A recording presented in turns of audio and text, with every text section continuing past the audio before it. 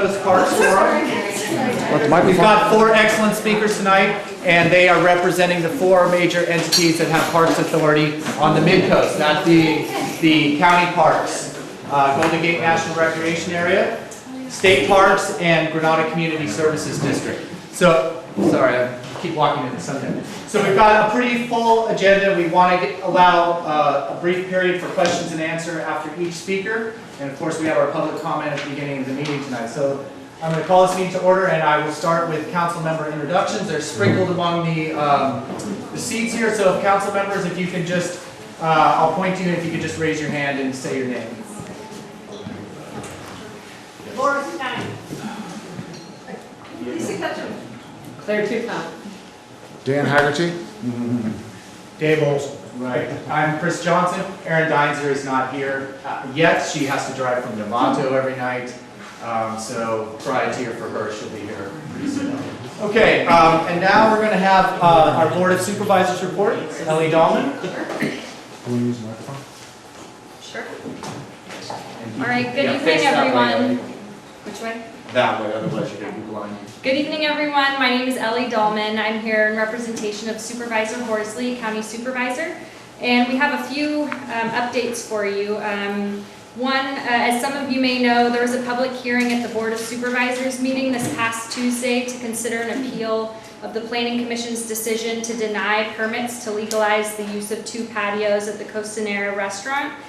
The board decided to continue the item for 6 months, during which time the patios may not be used, with the stipulation that all of the existing violations must be resolved, and also that no new violations may be brought up in that time. If the restaurant complies, at the end of the 6-month period, the board will consider approving the appeal, which would then go to the Coastal Commission for consideration. And finally, there are a number of budget-related items Supervisor Horsley has advocated for that Marlene Finley from County Parks will share. One item I'd like to highlight is funding for significant upgrades at Sanchez Adobe site in Pacifica. And secondly, funding also for some long-term improvements at Mirada Road between Niño and Magellan. But with that, I'm happy to take any questions the council or the community has for me. That's all I have for you today. I have a question for you, Ellie. Can you update us on the Surfers Beach situation? Yes. So at the last meeting, I shared with you that Surfers Beach was near completion. And there is still a few more items to take care of there. We had scheduled a walkthrough to happen this week, but after a safety walkthrough last week, there were a few minor items that the contractor still needed to take care of before the project is 100% complete. So it looks like it'll take about 2 to 4 weeks. I haven't received confirmation of the exact date they expect to have those final pieces complete, but once they are complete, walkthrough with county staff as well as an MCC representative will be scheduled. I'd like to suggest that you demand that it be finished and opened by Memorial Day. I'll take that feedback back. Thank you. Is there going to be a warranty on the staircase? That's a question I can ask also. Ellie, do you have any update on the Mid-Penn project at Montero? I don't. That's not Supervisor Horsley's project, and I'd suggest that you follow up directly with Mid-Penn for any additional information. Oh, whose project is that? I believe Mid-Penn is They're not looking. working with Don Horsley on that? Not that I know of. Okay. Are they working with any supervisors on that? I don't believe so. Okay, thank you. Thank you very much, Ellie. Steve, would you like to provide any information? It's okay. I know you didn't necessarily come, but since you're here, it's all right. I don't want to put you on the spot. I'll happily answer any questions. I'm Steve McGraw, the General Manager of the Harbor District, and I'll happily answer any questions. I didn't come prepared to Well, that's okay. I didn't mean to call you on the spot. Has there been any progress on considering volleyball courts for the community? There are volleyball courts currently on Perch Beach, 2 of them, as a pilot project. Great, fantastic. Okay. Oh, that was easy, Steve. All right. Okay, now we're going to open it up for public comment. So because of the Midcoast Parks Forum, it's a little bit informal on the commenting and the questions and answers after each speaker. So what I would request is that if you have a comment for an item not specifically on the agenda tonight, you'd like to make a public comment, please raise your hand. I'll call on you and you can just come up and make your comment. Again, we have a pretty full agenda. We've got a lot of people here to hear about the Midcoast Parks. So if you could please try to limit your comment to as briefly as possible. I'm not trying to curtail your comment, but if you could please just limit as briefly as possible so we can get to our featured speakers for the evening. So that said, is there anybody that would like to make a public comment tonight on an item not specifically on the agenda? Yes, ma'am.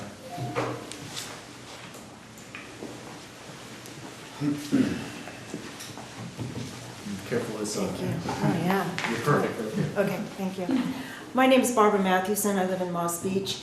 I am speaking on behalf of Resist Density, and the subject is the MidPen development in the Moss Beach, Montero border. On March 16th, MidPen held an open house attended by hundreds of our community members. MidPen picked our brains and promised to have a decision to us by March 30th, 4 weeks ago. They also promised to make all our comments and concerns public. To date, 6 weeks after that open house, we stand here knowing no more than we did on March 16th. And to their promise of sharing the information we were all to be provided with never materialized. Email inquiries are ignored or given generic responses similar to what we received from Supervisor Horsley's office. We are requesting through Midcoast Council that Supervisor Horsley and/or MidPen give the members of this coast side an update. Whether it still be they're thinking about it, it's a done deal, whatever, just so we can all move forward. Perhaps MidPen needs to be reminded of their very own words written less than a year ago. Sorry, I'm nervous. The MidPen experience. MidPen takes great thought and pride in creating enduring relationships in the communities we work in through community outreach during the early stages of development. We firmly believe in initiating and maintaining clear channels of communication, speaking honestly and frequently with the community, and soliciting and incorporating as much of the feedback as possible during the development of the building design and program. Through extensive experience, we have found that this kind of consistent and personal face-to-face communication is instrumental in building and maintaining strong community relationships, which will continue during construction and property's operation. Establishing a pattern of clear communication and organized accountability diffuses concerns of community members who may be hesitant to embrace changes in their community. Resist Density is requesting that MidPen and/or San Mateo County Don Horsley provide his constituents with what we were assured we were going to be shared with 6 weeks ago. Thank you.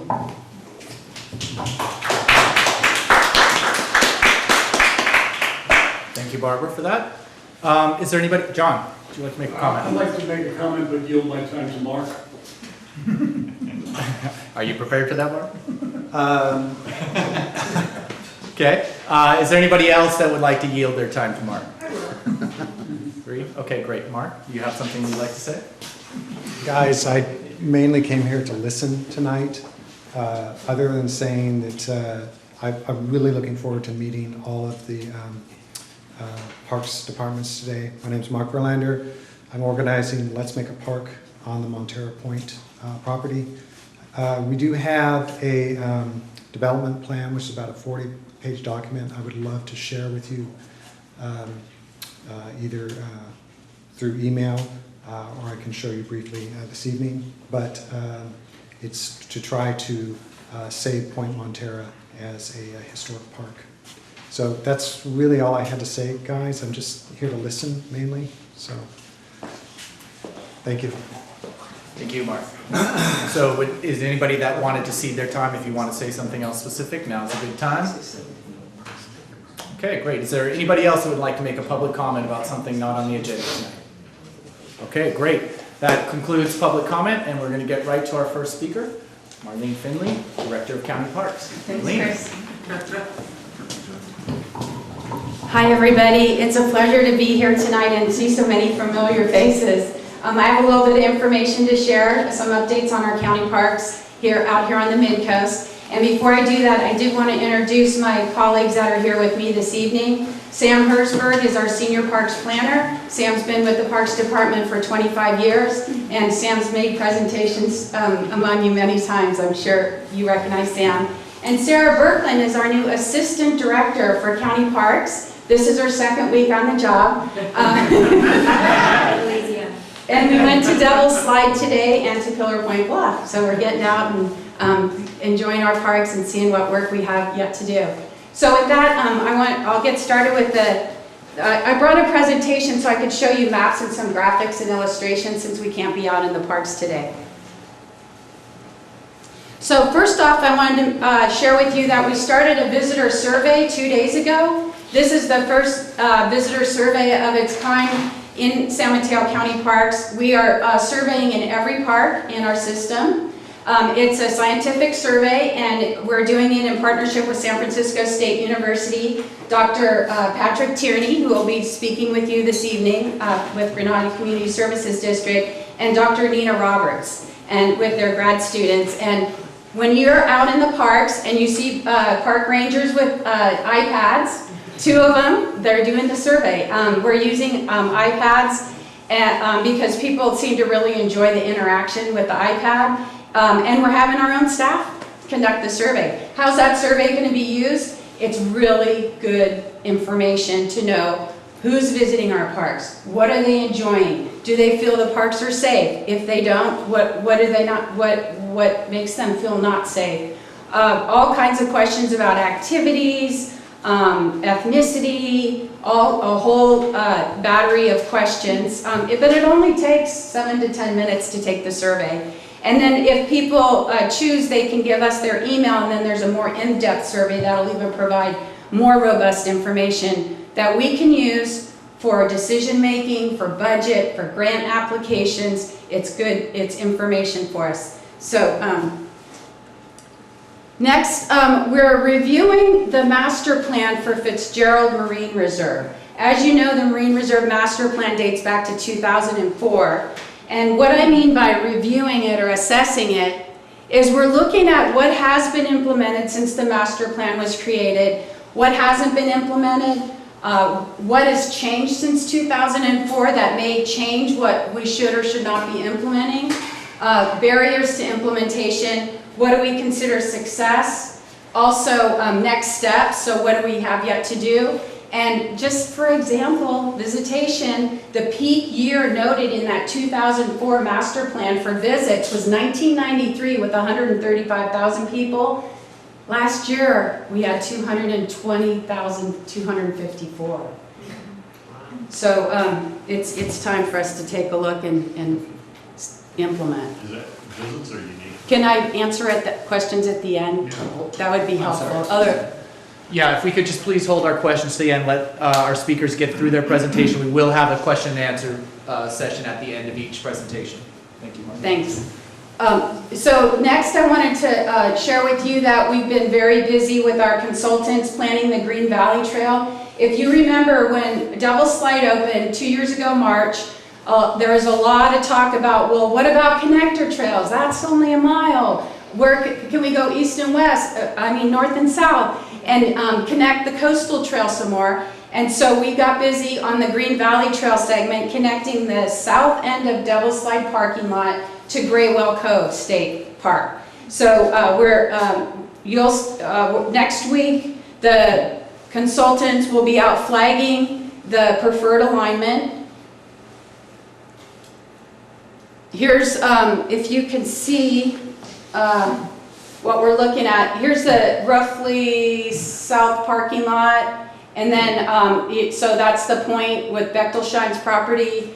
Then you go up, we're cutting across the toe of Caltrans fill site where they restored it. A few boardwalk passes, some low elevation bridges, and then down what was now a road through state parks. Many of you will be happy to know, natural tread, we're not paving it. It's not going to be as wide as the standards that we usually use for a multi-purpose trail in county parks, because that's, somewhat sensitive habitat. We don't want to do a lot of development back there. and it will be available for bikes, horses, and walkers. What about dogs? Yeah, Oh, I'll wait. yeah. You almost got me. California Coast, so it is a segment of the California Coastal Trail. We are working with California State Parks and Caltrans, so it's taken a long time coordinating. Our design is at 60%. We're going for permits in the fall. And funding into construction, we still need to raise funds for construction, and we don't have a date yet for when we'll break ground. So next I wanted to talk a little bit with what you've all observed and lived here on the coast, and especially this winter with El Niño and the high tides. How many of you went to the Pacifica Sea Rise Forum? It was a great forum. I loved the panelists, the information. Anyway, some of the things that I learned there that one thing that really struck me, besides the difference in the rock and the sand along the coastline of our coast here, is that if you take the El Niño year, as the sea is warming up, it makes the sea rise some because heat expands, right? And on top of that, you put storm surge and the king tides, and we can have a sea level rise of 3.3 feet higher than the norm with those types of conditions. I heard that in the storms this winter on the coast here, we may have seen a rise of about 1.5 feet more higher than usual. I don't know if we saw the full 3.3. But anyway, with all that said, what we notice in the parks along the trails, and what you probably notice, is the erosion along the cliffs, mostly where it's sandy soil, sandstone, not real consolidated. And Mirada West and Pillar Point Bluff were the two hot spots where we had some fissure cracks, some sloughing, and some slumping. So with that, we put in some emergency signs, safety, stay back signs. They're low. Have any of you seen them up there? Good. And then also the rangers, I was out there one day and the rangers were out measuring from the sign to the cliffs. And I'm like, what's up? And they're going, well, every week we're monitoring. We're watching how fast the erosion occurs. So I'm like, this is great. Good job. So Pillar Point Bluff, I was just out there at Pillar Point Bluff with a few of you here in the audience this afternoon. The rangers put in some split rail fence at some areas that the rangers thought were particularly unsafe. And also the signs were up there, and I wanted to see what the split rail fence looked like. And we've been working with the planning department. We submitted our after the fact coastal development permits. So, because it was an immediate situation, we had to get those permits while the action was occurring, and it was a safety issue. So we're also looking at the trail. We're just starting to look at the network of trails out at Pillar Point Bluff, and looking at what habitat restoration we can do. Can we define some paths and not have so many paths, and what would make sense for loop opportunities and good scenery? So we're just starting to look at that, and I'm sure we're going to have public process like we do. We do have to address public safety as it occurs and be rapid. We can't wait for a long process. But some of the things you see out there, like the signs and the split rail fence, we consider those temporary because we know we may need to change them as erosion occurs, and also as we get feedback and see how it's working or not working with public access, which is what we were doing this evening. Also, I'm going to show you some more graphics. That's the Air Force, and if it wasn't so bright on the screen, you could see the network of trails throughout the bluff, but we'll skip that. So we're looking at this area here. There's a road off that one, West Point Drive, through Coast Guard property, and then this, what probably was an old ranch road through the Thompson property there, that we use that for emergency access for our trucks, pickup trucks for the rangers, and there's some areas that need some maintenance, so we're going to be working on that a little bit. But we'll also be looking at the trail right along the cliff, and we're getting ready to go out for a request for proposal for a geological assessment of the geology along the cliff face, so we have more information before we go forward. And this was what we submitted for where we thought the safety signs would go, but of course we didn't put that many signs in. But you can see on this graphic where the split rail fence was put in. And I'm not so sure we need to keep the split rail fence, that section right there, but maybe just the section right there. Now I wanted to tell you about a committee that was approved by the Board of Supervisors, and it's led by your supervisor, Don Horsley. And it's examining the potential to have a cultural route along the coast which would follow the Portola Trail expedition. As you know, Portola expedition took place in 1769, so we're coming up on the 250th anniversary of the Portola expedition. We know that most likely the Portola Trail follows the Native American paths that went from village site to village site. So that's another important aspect, and that we discussed at our first committee meeting. We had over 20 representatives on the committee, agency folks, also nonprofits, public land managers, state parks, San Mateo County Historical Association, our elected officials. We had Anna Eshu's office, Jackie Spears' office, Jerry Hill's office were represented. So there's a lot of momentum behind looking at this new trail that would go from potentially from north to south. But we're just getting started.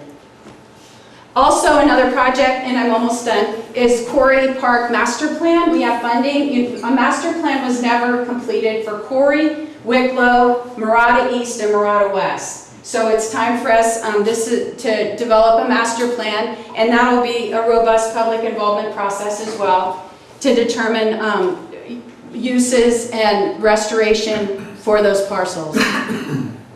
This past year, we started a fire break along the west side of Quarry Park, Wicklow, where the houses are of El Granada Drive. You can kind of see it here in the picture, working with the adjacent property owners.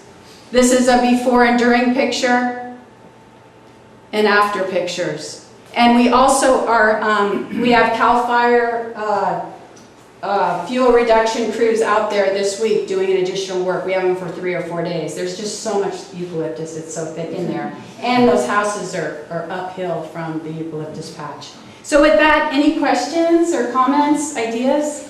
So, yes, if you'd like to make a question or comment for Marlene, please raise your hand. And do you want to call in? Do you want me to do it? Oh, sure. Do they need the microphone, or how's that going to work? Yeah, why don't you come on up and speak into the microphone there. Okay. Lenny? Lenny?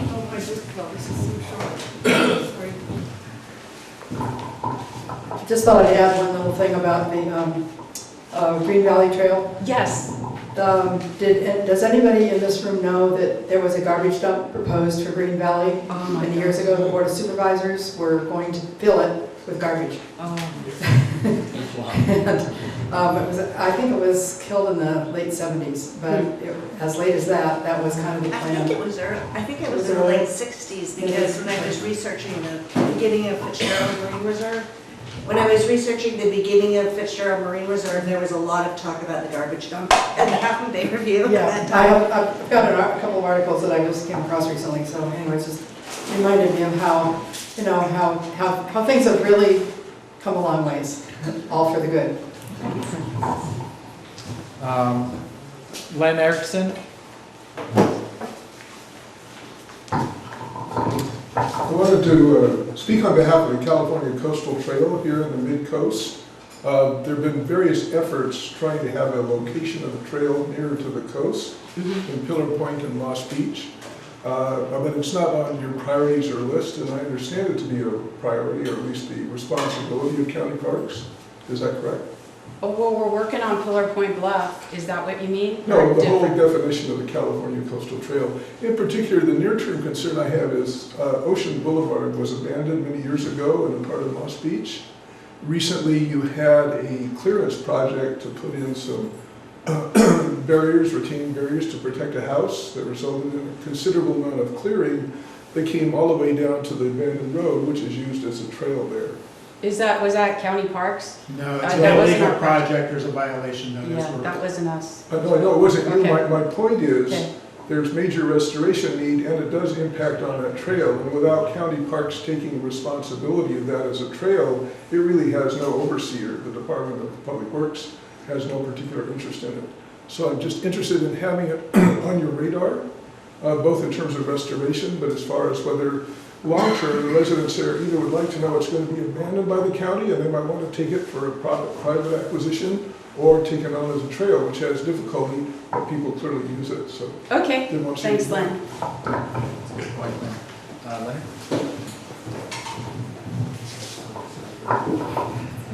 When you gave the visitor counts for Fitzgerald Marine Reserve, was that unique visitors or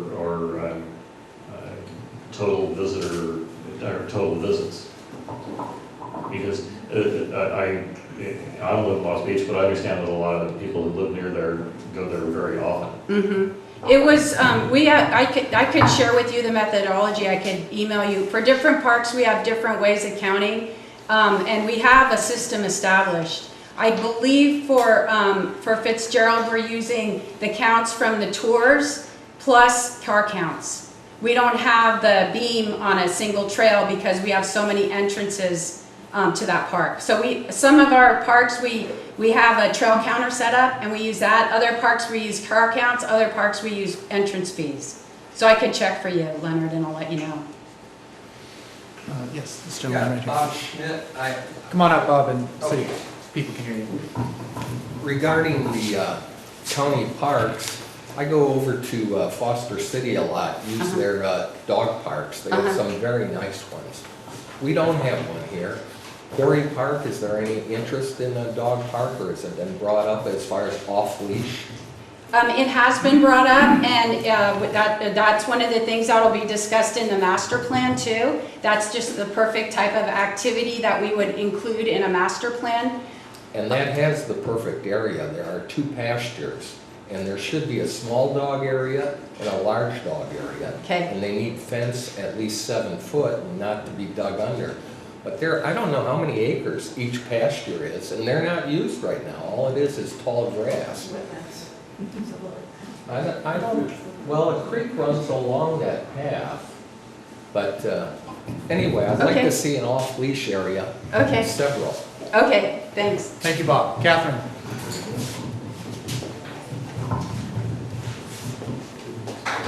Couple very quick points to Lenny's comment about the garbage dump. It was Montera Sanitary District who said you can't put a dump in our area because we are a sanitary district and we haven't approved it and it's in our district. Just to show you the importance of keeping active local people on your local boards. The dog park, there is a dog park in Incline Village. It has creeks on both sides. It's off-leash, and it's an amazing park. There's everything from little Yorkshires to giant, whatever, Malamutes, or bigger than that actually. And people are very responsible. One of the things that's very important about that park, and I would like to see the county work with the Harbor District on this, is there are many, many, many, many stations with poop bags and trash containers so that people can keep it cleaned up. And if those are provided, the problem that most people think about, people take care of their dogs for the most part. And we desperately need a place for off-leash dogs. It's going to come up during GGNRA too. I know so many people who moved here because they could have a place to exercise with their companions, and now it's totally off. And except for the Harbor District at Mavericks, and that's one of the most important places. It brings people over, because I've been asking them, from all over the Bay Area. People really like it. And then the last one is poison oak. I can't walk on any of those trails. I'm allergic to poison oak, and the poison oak is out there, you know, just peeking over into the trail, and it doesn't take much. And so, I don't know, is there some solution for at least some of the trails, like this new one, which will be heavily used? to keep the poison oak at bay. Well, we trim the trails. Our rangers and our crews go out and trim back the trails.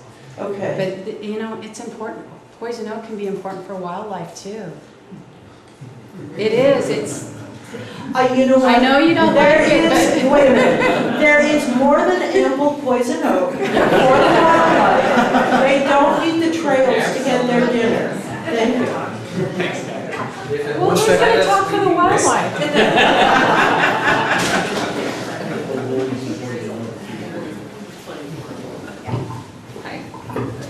Sorry, I thought Bob was gonna ask about this, but the Green Valley Trail, is that gonna be dog friendly? I have to tell you, we have an ordinance against dogs in San Mateo County parks.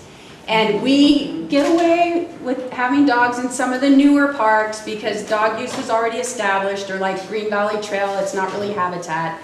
So we formed a dog committee to develop a strategy to update our policy. And the committee hasn't met yet. And we have representatives from different groups. Midcoast Community Council has a representative, for instance, and we'll be meeting and starting a process to change Great. policy. Thank you. Sure.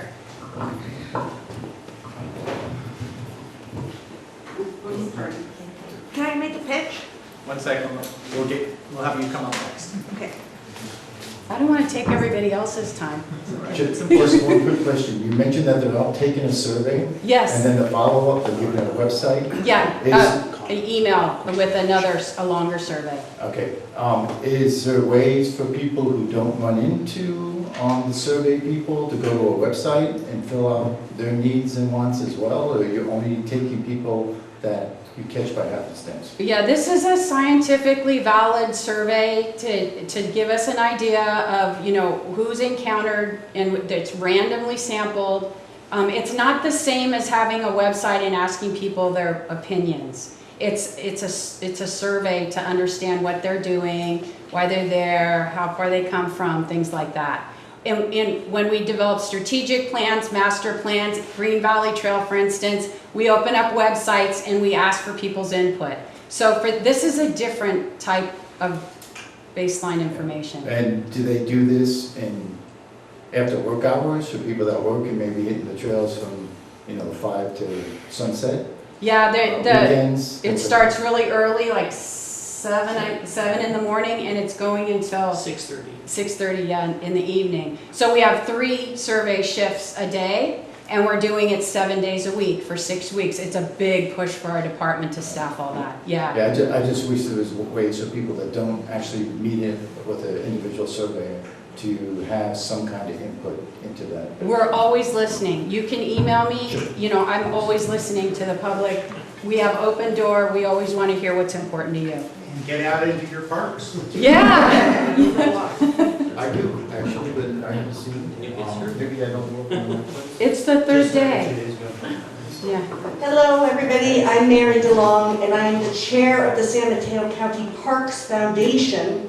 On next Tuesday is Silicon Valley Gives Day, and we are asking for donations that day. I have information in these cards, and I'll put it out on the table so you can grab one on your way out. We help raise money for all the fantastic projects and volunteer events that happen in our wonderful parks. Thank you, Mary. Sir.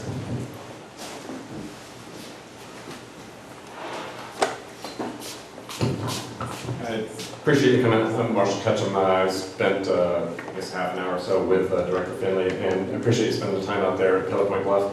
For those of you who don't know, I think, legally, I can say roughly 700 feet of trail has been closed for about the last 6 weeks, and that was my concern that I brought. Can you address that, a little more specifically, what you saw and what you wanted, Sure. the action plan next week? Sure. So during the storms this winter, our rangers patrolled Pillar Point Bluff and Mirada West and made it a point to spend more additional time out there knowing what active erosion was going on.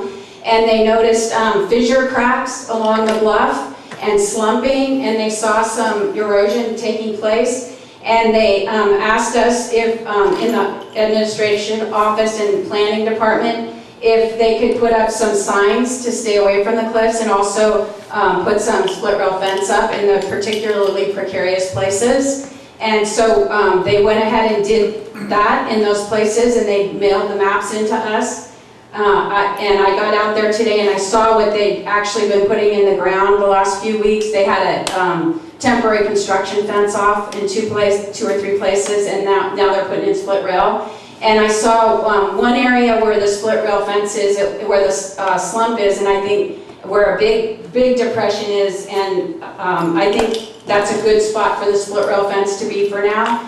Another place, there's a long split rail fence that blocks off two trails paralleling the bluffs, and I think we don't need that long of a fence, and we could probably allow some more passage through there, and also reroute the trail in another spot, a minor little reroute to get it away from the cliff for just like 50 feet. And I really appreciate Marshall bringing this up to us and taking me out to show me what he perceived as problems and his point of view and what he'd like to see out there.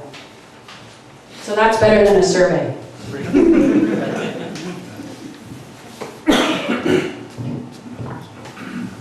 Hi, thank you for being here this evening. I'm Sabrina Brennan, and I just wanted to thank the Parks Department for increasing the ranger patrol. That's been noticeable, especially on the Seal Cove side of the reserve. We have had a lot more visitation in the last year or so, and so it's been great to see more ranger patrol on duty, and I've watched them interacting with the public, and it's great, so thank you.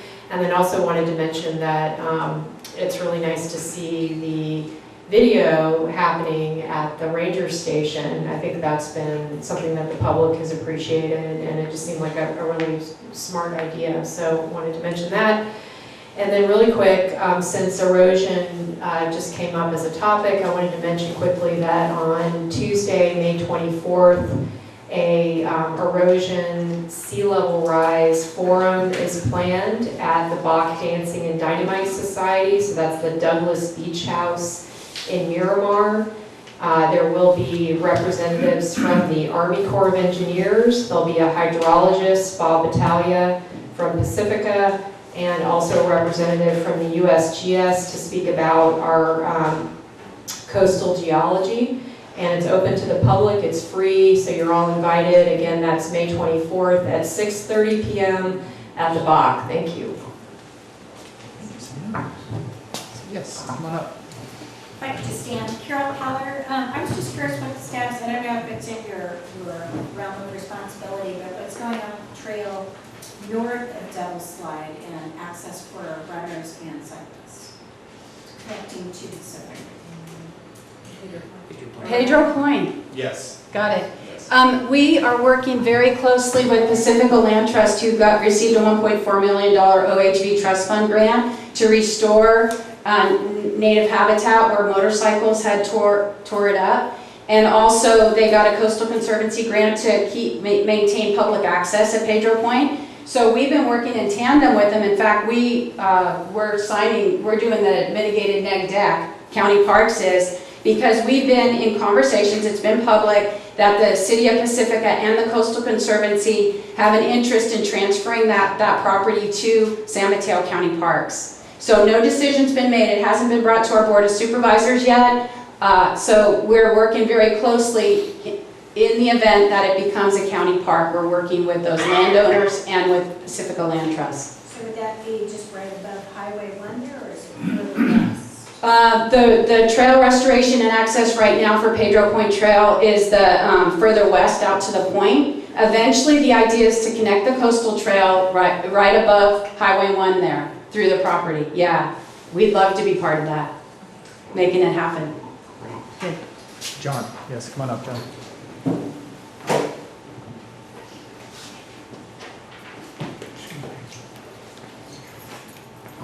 John Patino, I'd like to ask, is there any progress on cell phone reception on Devil's Slide? And also extending, for emergency purposes, and also extending some of the barrier fence, the low barrier fence, it's partially in there, but there's several areas where my grandkids just find the cliffside a magnet to go sit and peer over. Well, hi, John. So why don't you go out to Devil's Slide with me and show me where that spot is? Because I haven't heard that we need more barrier fence recently. Okay, sure. We put in, you know where the gap is between the barrier fence? It's like somebody said kids could climb under it. It's right before you go up to the bunker. We armored that. But I'd like you to show me where that is. And also, I went, the highest level executives that we could get from AT&T about a year and a half ago went out to Devil's Slide with us. Ellie, you weren't working with Don Horsley then. And Don Horsley's staff, Supervisor Horsley's staff was with us. And we went out there with them, and they identified a few places where they might put a cell tower, but I haven't heard from them since. I mean, you can walk up or down the trail and get cell reception. There's just some dead spots. There's a lot of dead spots. Okay, thank you. Okay. Okay, is there anybody else that would like to ask a question of Marlene? Oh, I'm sorry, Dan, yes, sorry. Thank you for reminding me. So Marlene, thanks for coming tonight. And I noticed it looks like you are working closely with Caltrans with the Devil's Slide Park.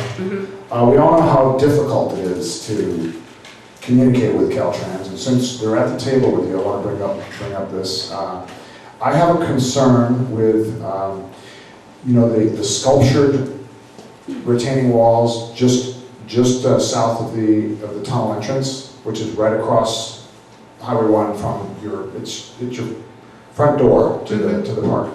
So I have concern with, I fear that someday we might find graffiti on those beautiful walls. I see graffiti already up on the ruins of the gunneries.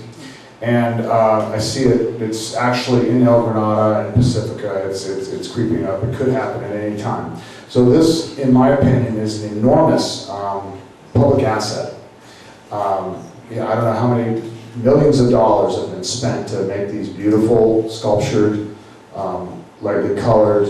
I don't think it's sealed, so it's completely porous. If there was any paint applied to that, it would be almost impossible to get off. They would have to cover it over with try to copy the color, and then you'd have a different sheen. It would just be a disaster of patchwork, never looking again like it does today. So I just thought that, if you could, bring this up and see if there's some kind of a plan that they can create to, protect. Respond. Yeah. And protect. Okay, Yeah. sure. All right? Yep. Thank you. Sure. Okay, Marlene, thank you so much. Sure. Really appreciate it. You're welcome.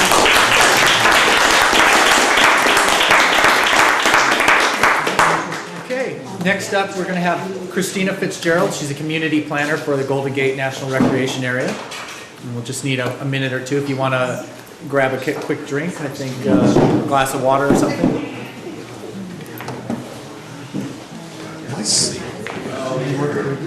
Good, yeah.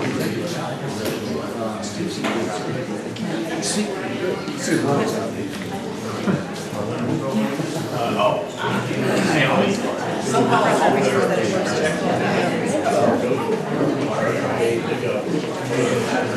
This one?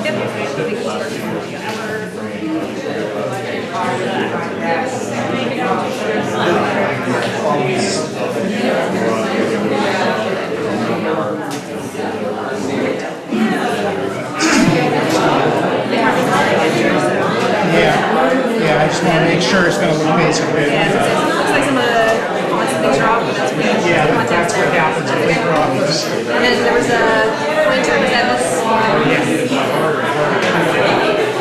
Oops, hit the wrong.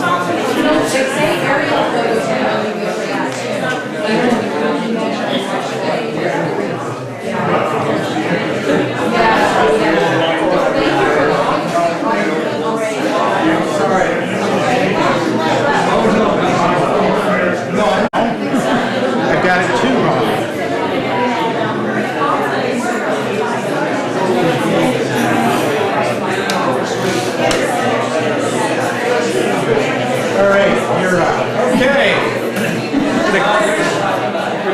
have our next speaker, so if we could take our seats again and quiet down.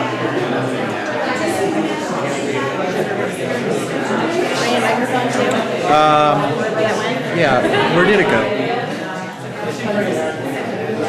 Okay, we have Christina Fitzgerald. She is the community planner for Golden Gate National Recreation Area, and she is going to present GGNRA vision here. Good evening, everyone. Thanks for having us here tonight. I'd also like to introduce some of my colleagues that are here with me. So I'm Christina Fitzgerald. This is Susie Bennett, who is our natural resource expert for San Mateo County, so she'll be presenting as well. And also Trevor Rice, who's a planner in our office, so you'll be seeing more of him down here, I'm sure. So next slide, please. So what's happening in your national park? I know several of you have seen a lot of updates of what we've been doing the last couple of years. So just wanted to give you an update of what's happened since last year. So we're going to talk about the Centennial. Right now it is 2016, which is the National Park Service 100-year anniversary. So we have a lot of Centennial events that are happening. The Rancho Unit Management Plan, I gave you kind of a preview of that last year, and I want to show you what we've done since then. So mostly related to data collection and monitoring and some more planning. And then the last thing we'll talk about is some of the projects that are happening. So you'll see a lot of the work that Susie and her team are doing related to grassland restoration and water quality improvements. And also show you what we've been doing related to the trails both here and also in Pacifica, since my role is not just our coast-side or our Midcoast coordinator, I'm also the rest of our San Mateo County coordinator. So as I mentioned, the Centennial, so anybody out there have fourth graders? No? Okay. Well, if nobody in your neighbors maybe that have fourth graders, they're really putting a big push this year for the Centennial on trying to engage youth. So they've targeted the fourth grade age group as really the group that they wanted to get involved. So every fourth grader is getting a free pass to the national parks for the entire year, along with all of their families. So maybe you can find a fourth grader you can tag along with. The Junior Ranger Jamboree is one of those big events that they're doing then related to that. So on May 7th up at Crissy Field, that all the fourth graders in the Bay Area are invited to come to this event and be an official Junior Ranger. So it's a big event that we're pushing for in May. So an event that is going to be happening here on the Midcoast, though, in July, which County Parks has also been involved with. So we are doing what we're calling Packing the Parks, and it's basically a backpacking trip to try and introduce youth to how to backpack appropriately. So we're going to have a 3-night, 4-day trip. We're going to have 2 different groups. One group is starting up in Marin Headlands. Another group is starting down here in Montera. They're going to be starting at Fairlawn View School. And they're going to be hiking all the way from Fairlawn View School up to San Francisco. So the 2 groups are going to meet together in Crissy Field to have one big celebration. But along the way, here are their stops. They'll start at Fairlawn View to have a big kickoff.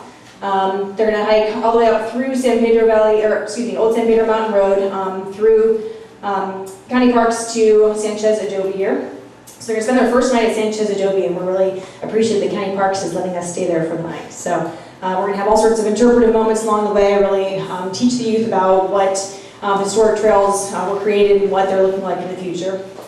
And then from Sanchez Adobe, after their first night, they're going to continue up through the streets of Pacifica and into Cattle Hill and onto Sweeney Ridge. So we'll give them more of the Portola history here as well. And then they'll continue down through Malaga Ridge to Oceana High School, where they're spending their second night. So we know a lot of these trails are going to be a little bit challenging, because we know right now it's not an easy, smooth, contiguous route, but that's part of the excitement of this little adventure here, that trying to show them that in the future we're hoping we can make these trail connections.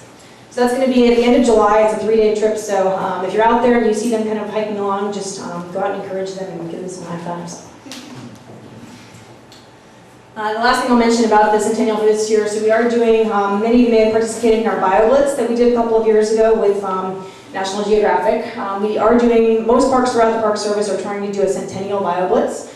So we did ours on April 1st at Fairlawn View School. We had 120 4th and 5th graders come out and participate in this. But it's really exciting when you get to see these kids really engaged in a different way, that they're out there making observations and understanding what's in their national park, which basically surrounds Fairlawn View School on 3 sides. So the Rancho Unit Management Plan, this is what, as I mentioned last year, we started this plan. So several of you have seen this, but for those of you that aren't familiar yet with this, so we've been managing the the Rancho property since 2011. What we've been doing since then is kind of a lot of interim plans. But what we're aiming towards now for the next couple of years is to develop what we're calling a unit management plan. And what that does is look at comprehensively at the entire Rancho property and say, what do we want this to look like in 10 years, in 20 years, in 50 years? So we have 5 kind of key components that we're including, and I apologize, the PowerPoint doesn't really match up here, but we have 5 key components that are going to be included in the plan, starting with trails. That right now what we're operating on is our interim trail plan, which many of you have seen. That's what our trail crew is out there maintaining currently. But we're going to be looking at where do we want to maybe remove some of the redundant trails, where do we want to add some new connections. We've heard from a lot of you that you'd like to be able to get through these loop connections from El Granada up to Moss Beach and down the Spine Trail, or from the Spine Trail over to Montera. So those are the type of things we'll be including in this plan. We're looking at amenities, resources, which Susie's going to talk to you a little bit about in a minute. The equestrian operations, we do have 4 equestrian operators that lease land from us at Rancho, so what do those look like in the future as well? And then the last piece of it, maintenance, making sure that this is sustainable in the long term. So these are the 5 main components that are included in the plan. So last year when we came and presented this to you, we showed you kind of our draft schedule and where we started. So initially we established what we call an IDT, which is an interdisciplinary team. And that's representatives of the Park Service that include natural resources, cultural resources, law enforcement, maintenance, planning, basically everyone across the board. We have representatives from every division then to provide input throughout this process. Last year we went through internal scoping, which is basically looking at what we as a Park Service see a need for based on what we know for the plan, for the park. And then right now where we are is in this data collection phase. So this is a large park. It's almost 4,000 acres, and there's a lot of information that we can collect out here. So Susie's going to go through that in detail in just a minute. But this is basically where we are right now, is data collection. So moving forward, what we're hoping to do then is to come to public scoping later this year. That I know that several of you have seen the schedule in the past, and you know that we had planned to do this last year, but we try not to have too many plans running simultaneously. So this one was delayed until the dog plan could proceed. So this one now we'll have public scoping on the master plan then later this year and early next year. And then moving forward into 17, 18, and 19, our anticipation is to have a biological opinion, which will help us guide what we're able to do with our resources, and then finalize our environmental assessment by 2019. That's still our target date. So the kind of data that's being collected that many of you may not have seen is there many projects happening right now at Rancho. And that's because we're still in this data collection phase where there's a lot of information that we're required to collect before we start making decisions about things. So this trail data is part of what we're doing right now. That over here on the right-hand side, you can see this is an example of one of the trail counters that we have out on site. So you may have seen this on Old San Pedro Mountain Road and wondered, what is this trail counter collecting? So it's collecting basically the visitors that are there all year long. So we put this in last year in March, so this isn't quite a full year of data, but it's close to it. It's about 10 months of data. And it counts equestrians, bicycles, and pedestrians. It doesn't give you any more detail about them other than which direction they're going and whether they're on 2 wheels or on 2 legs, or whether they're on 4. So this information, though, has been really helpful for us to understand kind of the patterns throughout the day. Obviously, a little bit predictable here, people going out in the morning, people coming when they come home from work, they're back out there. But what does help us then is give us a volume. And as Marlene was saying, there's some of the data collection that they're doing as well. Having this information about who's visiting there really helps us with grants and with just kind of overall planning of the site. We're also doing a new pilot study with a group called Trailhead Labs. This is something we just started, so we don't have any results back yet, but they're looking at the Strava data. So how many people here use Strava? So a lot of you that use it for hiking or use it for biking, it basically just tracks where you're going. It's a personal fitness type of thing that helps you keep track of where you're going. But they have ways to collect that data, and what they show is heat maps. So it tells you basically where people are going. And it doesn't give you, again, any more detail about it other than here's where people are. So what's helpful for us then is that right now, so we have this counter out here on Old San Pedro Mountain Road. But what we want to know then is where else should we put counters? And where else are people really using it? And we're seeing a lot of activity here. This is going up towards the Gregerson property and then back down on the Spine Trail. So this is helpful for us to know who's out there using it and where can we start putting additional trail counters. So Susie's going to talk to you now more about the resource data collection that we're doing. Hi everybody. Okay, let's try that. Okay, great. So you guys all are familiar with Rancho Tierra. A huge property, includes a huge gradient of wetlands that support red-legged frogs, historically San Francisco garter snakes, which are threatened and endangered respectively. Also at the top of the mountain we have San Bruno elephant butterflies. And then we also, because we're adjacent to so many great protected spaces, we have a large number of large mammals as well. So we're trying to get a better understanding of how all these species are using the property, kind of strategically doing our analysis of the site to figure out best bang for the buck. How can we figure out, I'm the only natural resources staff person who works specifically in this county, so we try to figure out what we can do to get the most data. So rather than kind of show you all the pictures of all the cool things we get to do, I'm going to focus primarily today on San Bruno elfin butterflies because we're about to start the monitoring season. But also I want you to know that we're doing other work, primarily like habitat assessments for Mission blue butterflies, which might occur here, San Francisco garter snakes, which historically have, and listed salmonids, which probably historically did, but no longer have access to the ocean, therefore are no longer considered rare, which is a little confusing, I know. I'm happy to answer questions if you have them afterward. Next slide. So this is the San Bruno elfin butterfly. This is what the adult looks like. Very tiny, very brown, very hard to see. This occurs only in San Mateo County at San Bruno Mountain, Malaga Ridge, SFPUC lands, and the top of Montera Mountain as well. And they're not very good flyers. They're very, very small, probably about like a nickel, maybe a little smaller than that. And they don't fly well in good weather, in bad weather. So what we actually do is we look for the caterpillars, which are even smaller than the adults, but they're hot pink or yellow. And they are very specifically found on this host plant called sedum, which is a very low-growing, succulent plant that grows up at the top of the mountain in rocky outcrops. So what we have been doing for the last 4 years is trying to figure out where they are. We use some modeling to figure out where those rocky outcrops are that support sedum, where we should be crawling around looking for these caterpillars at the right time of year, and kind of trying to focus a lot of those, when Christina was saying people are just making those loops from the Gregerson property to the Spine Trail, those are the rocky outcrop areas that would support these kinds of butterflies. So we're trying to focus some energy in those areas to help figure out where those trails can go without impacting resources. Next slide. So I get to recruit all our volunteers and interns to come. So this is just an example of one of the rocky outcrops, and there's a little bit of ground cover here, and that's the sedum, that's that host plant. So we get to crawl all over the place looking for hot pink caterpillars. If anybody's interested in helping, I'm happy to take volunteers. We'll be out there on Friday this week.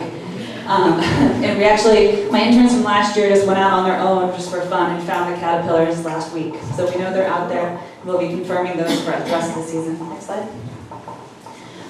So other things that we're doing, we are going to be doing an erosion and watershed assessment, so trying to figure out where we have water shooting off the property, causing erosion, filling in reservoirs downstream, messing up our trails, those kinds of issues. So we're working with consultants to do that. We're also working with the San Mateo County Resource Conservation District to do water quality monitoring in the streams. On the property, we have 4 streams that we monitor. We especially target around our equestrian facilities. Christina mentioned that we have 4 facilities on the property. And we'll talk a little bit in particular about San Vicente Creek, which has some special issues. But as for water quality monitoring, what we're doing is looking for fecal indicator bacteria, so signs that manure might be entering the stream, ammonia, and heavy metals and other physical properties. And then we're also just recently, we partnered with the EPA to look at aquatic invertebrates, so basically water bugs that have different levels of sensitivity. So we can go into an area and figure out what is living there and sort of figure out what the health of our streams are like. So this is just a picture of us processing all our debris, trying to find all the little squishy insects that are kind of mixed in with all the leaves and branches in the stream. We also just recently did a lichen inventory, which was pretty exciting. So are you guys familiar with lichens? Yeah? Okay, so basically the U.S. Forest Service has been doing a big push to get a better understanding of what lichens are out there on mountaintops, because lichens are incredibly sensitive to air pollution. And so if we have a good understanding of what lichens are up at the top of mountain ridges throughout the U.S., then we can have a snapshot in time and say, okay, in 20 years, let's go do the same inventory and figure out what we're missing. So we had never done an inventory in this area, and we actually found some really interesting information. Huge biodiversity. We've actually expanded the range of some lichens for the state. One species in particular that we found on top of Montera Mountain, the only other known location is on the Channel Islands. So exciting stuff for something that doesn't seem very exciting, but we're really proud of that data. We're also, this is a picture of us doing some targeted wetland delineation. So one of the things that we hear a lot from the public is we'd like to see trail improvements, we'd like to see bridges, we'd like to see our feet not get wet in the wintertime. And actually legally, because we're really good at finding all the laws that we need to follow, in order to put in a bridge, to dig a footing for a bridge, or to put in material to fill a trail that's rutted, we actually have to do a wetland delineation and get a permit from the jurisdictional water boards to fill that wetland, which is kind of counterintuitive. You want to say, oh, don't you want to keep people out of the wetland? That's a good thing, but we actually have to figure out where that wetland is, get a permit to fill it, and then do the trail work. So this particular area is close to a coral reef, and we are in the process of doing the delineation, so our trail crew can go out there later and put in a bridge so people don't get their feet wet and the wetland stays protected.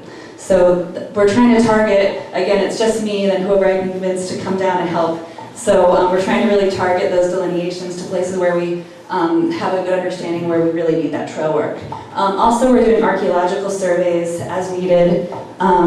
We have one archaeologist on staff who specializes kind of in San Mateo County, and he works with us when we're doing ground disturbance work to kind of figure out the historical picture that we can't see above the ground, finding, you know, Native American artifacts and things like that. A lot of old garbage, basically, which always tells an interesting story. Next slide. So this is a picture of a bobcat that we just got in Montera a few days ago. And this is one of the ways we actually have 6 cameras, wildlife cameras up in the park that we put in kind of pinch points in the property, like the Valley of Hills or close to water sources, or where there's really tall scrub on each side of the trail, so we can get an understanding of what kind of animals we're seeing that are using the park.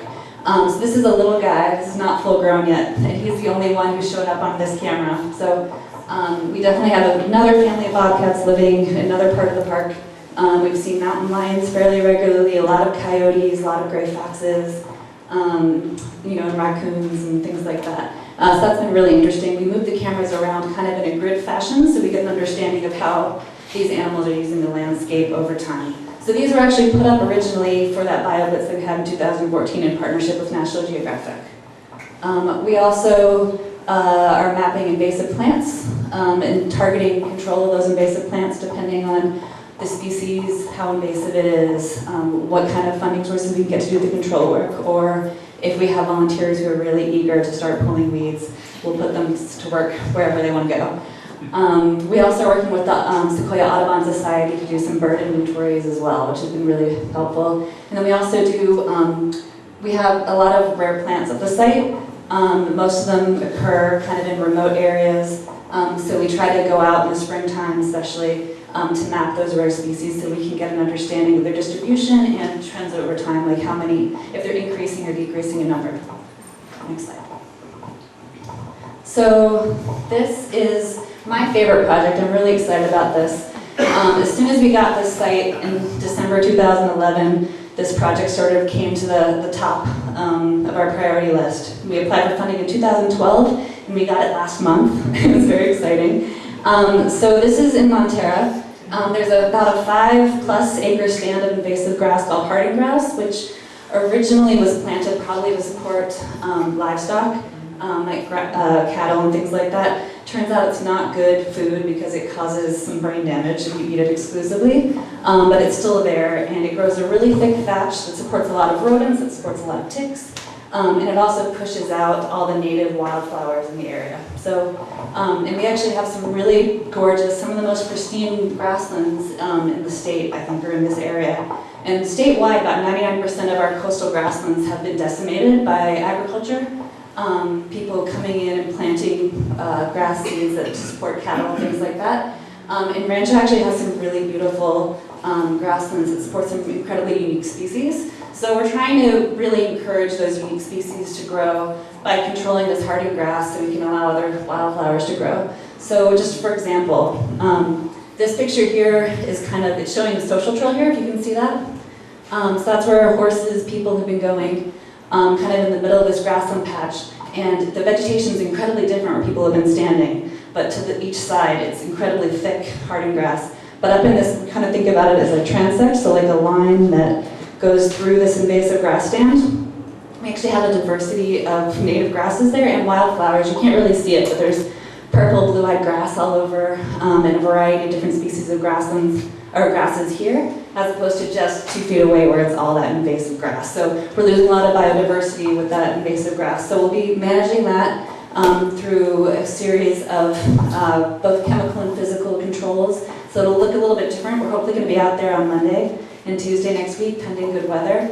And we'll be basically using glyphosate to treat this grassland and then using a series of mulch. So weed-free rice straw and cardboard over that area for the next few years because this grass is incredibly difficult to control. We want to reduce our chemical usage, and we'll be restoring that to plant native grasses in that area and encourage all of the rare forbs or wildflowers in the area over time. So this project is going to be happening 2016, 17, and 18, and then after that it will be primarily done through stewardship, through volunteer work. So we're eager to get all of you guys out there to help us plant wildflowers and things like that. We'll also be doing some standalone invasive tree control. So you can kind of see there's scattered trees here and there. And those push out the native grasses as well and all those rare wildflowers. So before it becomes a big forest, we like to control the trees to allow that native existing vegetation to take over before we have to do a whole conversion, which is a lot more difficult. Okay, next slide. Okay, so this is a project that is not ours, but we are definitely paying attention to it. So the State Water Board has actually identified San Vicente Creek since the mid-90s as a problematic creek. It's actually on the impaired water body list because of fecal indicator bacteria. So this is a creek that runs through Moss Beach here. It starts, there's a little flower farm back here, and it goes through our property and then through the community here. And so the state has actually identified this as a creek that needs some special work. The public comment period for this plan that just came out to address these concerns just ended. But basically, the result of that is that the national parks have to work with the county parks and the local districts, community, to do some intensive water quality monitoring and best management practices to reduce any flow of fecal matter into the water. So we're going to be doing our part on our property, and we're going to be working with the community to do theirs as well. But in this public plan that the state put out, these are some of the sources of manure or fecal indicator bacteria that are entering the watershed here, or entering the ocean here. And so it includes horse waste, dog waste, stormwater runoff, human waste, like from the liveaboard boats and things like that, livestock waste, and wildlife waste. Those are all different sources of fecal indicator bacteria that are entering our waterways that we are going to be under strict scrutiny to control over the next 10 years. So, and that's a lot of information, so I included the websites where you can review these plans. There's actually also, in addition to this water quality improvement plan associated with San Vicente Creek, there's also a new ordinance coming, or a new permit process coming out from the State Water Board that's going to impact anyone who's commercially supporting animals, particularly horses, in San Mateo, Marin, one of the eight counties around the Bay Area. They're really just targeting commercial properties right now, but eventually it could be required that anyone who owns livestock needs to comply with this permit. I have a copy of the permit with me. Well, not the permit itself, but all the documents that are associated with that permit. So we have to comply with this, and the rest of the community will too. So I'm not sure if you guys have been informed about that, but I'm happy to put you in touch with the water district, or the water board, to get more information. So just to wrap up here, we have just a few more slides here. So the reason why we're showing all this information that we're collecting is because, like I said, a lot of you are probably wondering why you haven't seen a lot of improvements out on site. So part of the reason is because as we're doing this long-range unit management plan, that'll help us decide sort of where a lot of these trail improvements happen. But in the meantime, we have to do every single one of our trail projects has to go through compliance, which is part of what Trevor does as well. So what we're doing, you may have seen some of our reroutes that are out there, but they happen one project at a time, not globally throughout Rancho. So you may have seen this one, and Jim's out here riding this one every day. So San Vicente Trail in Montera. A lot of places like this where we have social trails, and we've got multiple trails running through one section. we're trying to minimize that so that we can consolidate it in one area and to not have people running all over the property. So you'll see projects like this happening along with a lot of, again, students, volunteers out there doing some restoration work. Next slide, and then just the last two here. So we've had a lot of our properties in Pacifica for almost 30 years. So for those of you that are kind of wondering what is the project going to eventually look like, what type of trail improvements are we going to do, just want to give you some examples of work that's in construction right now that you'll be able to see very soon to get an idea of what will it look like down here. So we have the Malaga Battery Trail, which is in construction right now, as well as the Maury Point Trailhead. So next slide, please. Malaga Battery Trail, this is basically what it's going to look like when it's done. This is currently what a lot of the Malaga trails look like, but we try and keep it minimal where we can, that we don't want to necessarily over-design or overbuild something, but trying to protect some wildlife habitat with some post and cable fencing, allowing at least a path to travel through here. We'll have some signage that's out there. But this is one of our big National Trails Day projects this year, so if you'd like to come out and volunteer, we will be doing a project down at Rancho again, but every year we pick one project throughout GGNRA as our sort of featured project, and this year it's going to be this one. So REI is a big partner of ours. We'll have 75 to 100 people out here volunteering that day. So if you'd like to come out, actually it's June 4th, sorry, that's the wrong date. It's the first Saturday in June. So we expect this trail to be done by the fall then. And then the last one here, Old Maury Trail. So for those of you that have been to Maury Point, you may have seen that our amenities are quite outdated here. So these are the type of improvements we're doing here, putting in some additional signage. Rather than the porta potty, we'll have a very nice vault toilet that's actually flushable. It's a very new model that we're using that is compostable, but apparently has no odor to it, so we're excited about this one. And then we're also putting in some accessible parking spaces, but it at least gives you a flavor for the type of work that we do in San Mateo County here, that we try and keep every project very individual, unique to each site, so that it's not just a blanket treatment that we use everywhere. So I encourage you to go out and check these out in Pacifica when you have time. So with that, we will take some questions for anyone to have. Thank you, Christina. Sure. Okay, let's start in the back. Len, sorry, I'm going to have to look real hard there. I was pretty interested in from amenities parking, and I know there's always been interest in the fields across from Highway 1 and Montero State Beach. I would assume from the timetable you're talking about there that nothing would really happen until 2019 or that kind of timetable. Sure. So initially when we brought some plans to you all a couple of years ago, just we're trying to sort of get a feel for what we would like to see here or not see here. We brought some examples of what parking might be in the fallow field. So again, that's right across from state parks as you're coming through Montero. That's an area that we currently don't own, but it is currently owned by the farmer, it's owned by Post. The farmer, Dave Lea, who farms the rest of that area, cannot farm that field because it's fallow. And so we have an easement over that for access for visitors. So we can build a parking lot there, we can have trail access. We have an easement that's currently in place. And so we brought that to all of you and said, would you like to see this as a parking area? And we had a lot of concern from people saying, wait a minute, why are you making this parking area if you don't really know what you're doing with the rest of the park yet? So we took a step back and said, why don't we wait and see first what the rest of the planning is going to look like. We did a parking demand study to figure out how much parking, we worked with county parks quite a bit on that, and figured out how much parking do we really need on the coast side based on all the increase in visitation. So for example, you saw Fitzgerald Marine Reserve and the data they have there, that we know that there's a lot more people visiting Midcoast parks right now. So we looked at what would the size of parking that need to be there. And we also looked at what alternative transportation we could encourage. So trying to help fund the parallel trail, trying to help get Samtrans to bring more service down here, rather than just going out and building a 100-car parking lot. So we still think that's an area that could be appropriate just because of the access directly from Highway 1. But we have not done any further design or anything on that. We're waiting until the master plan or the unit management plan is complete, and then at that point in time we'll be able to implement any parking. Lenny?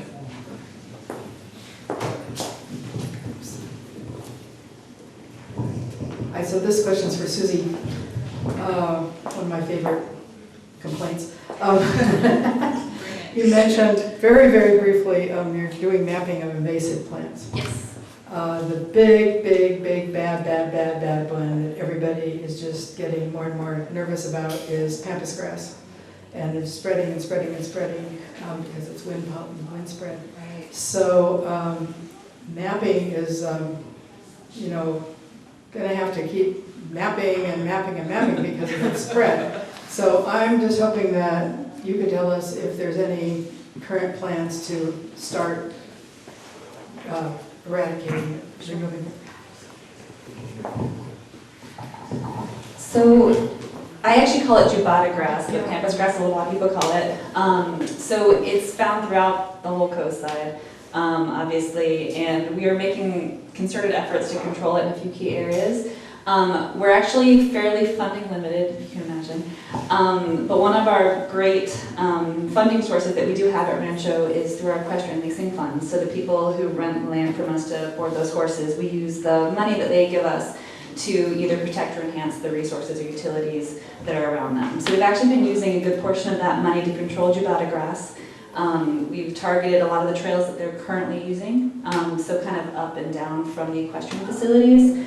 And then also we're targeting the area around that really rare grassland in Montera as well. So we've treated the whole area of Montera once, but typically jubata grass takes several years to control. We've done because we always in the National Park Service try to use physical control before chemical, we've actually spent a lot of money digging out jubata plants, which are incredibly difficult. It takes about half an hour for each plant. We've done that for about 3 miles of trails.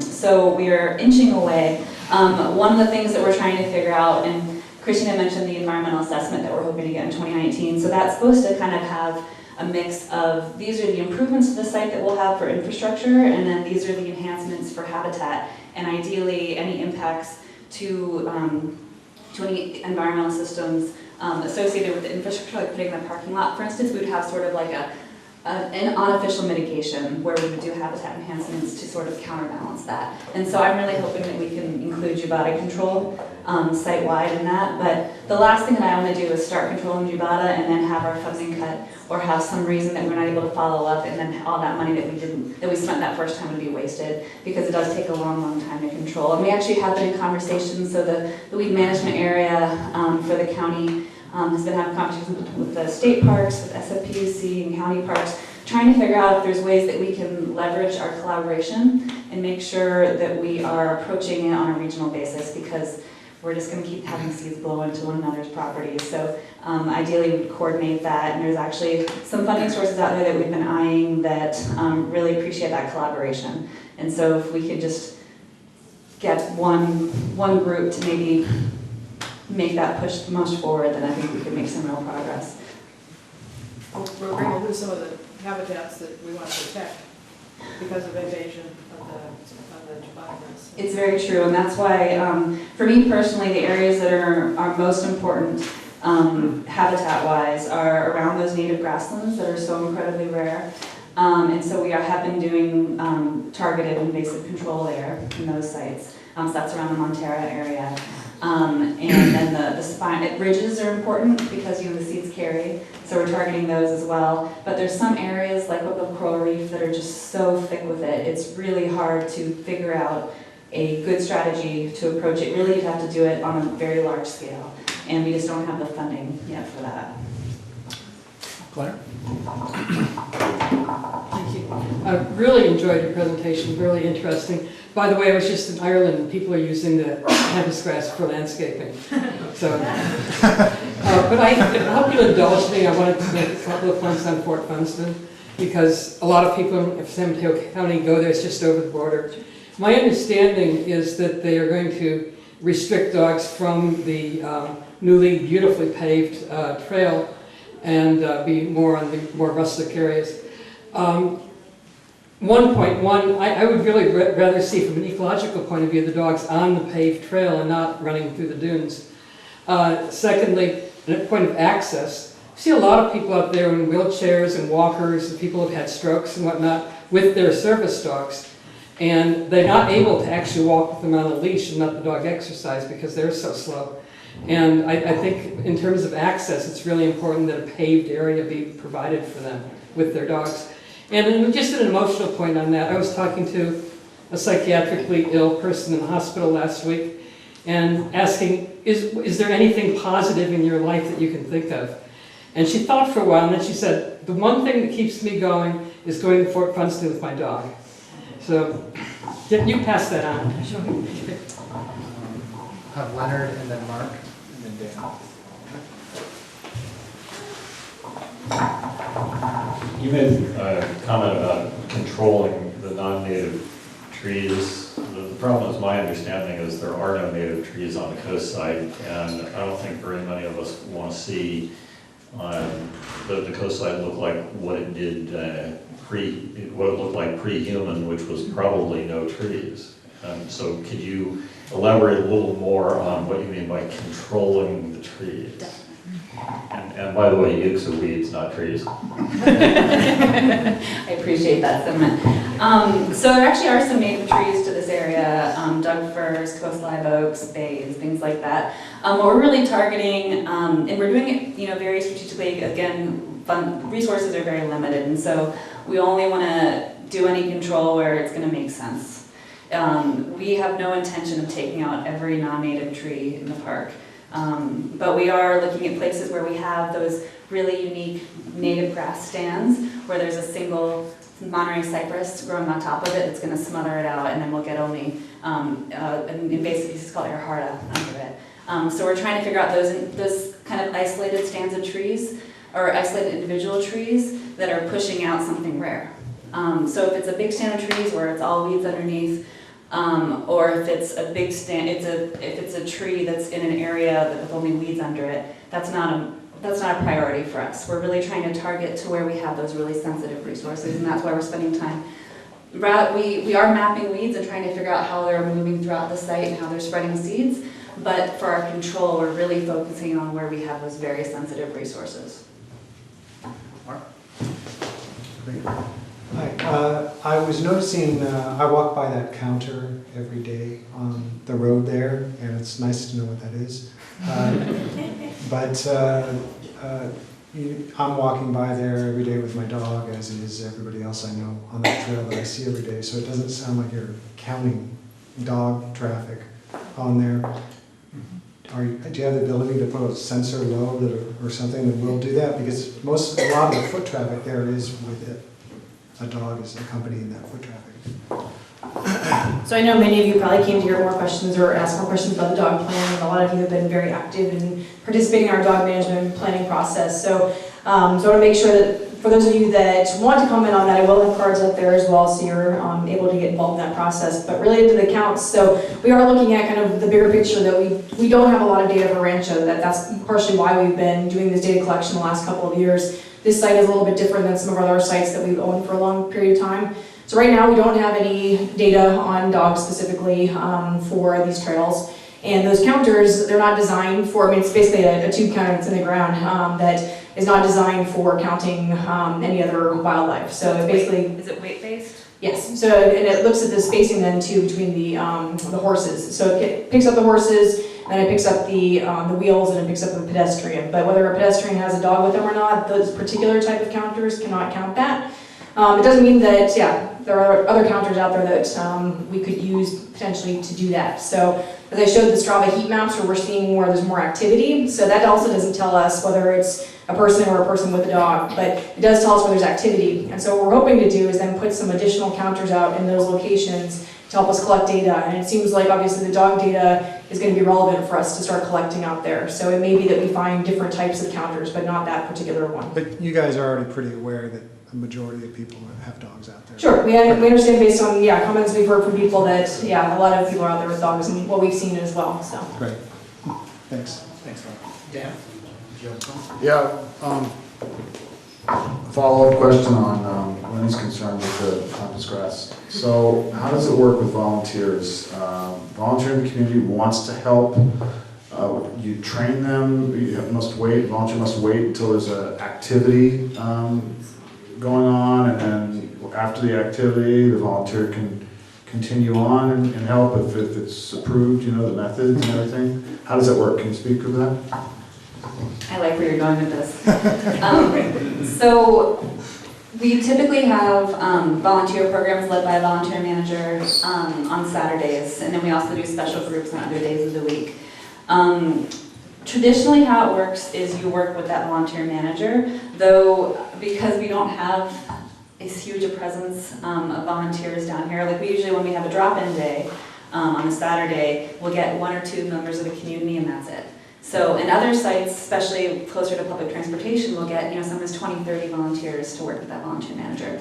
So I'm definitely, if you feel like you have a good eye for plants, and if we're going after an easy species like Jubata grass or pampas grass, I think we can definitely work something out. But what I'm just afraid of is having members of the public go out and treat something that if I can't follow up, I don't want them to get upset. Do you know what I mean? It's just me out there. And so I can't say, if it takes a long time to take out each Jubata grass, and chances are the first time you won't get all the roots out, and so it needs follow-up maintenance.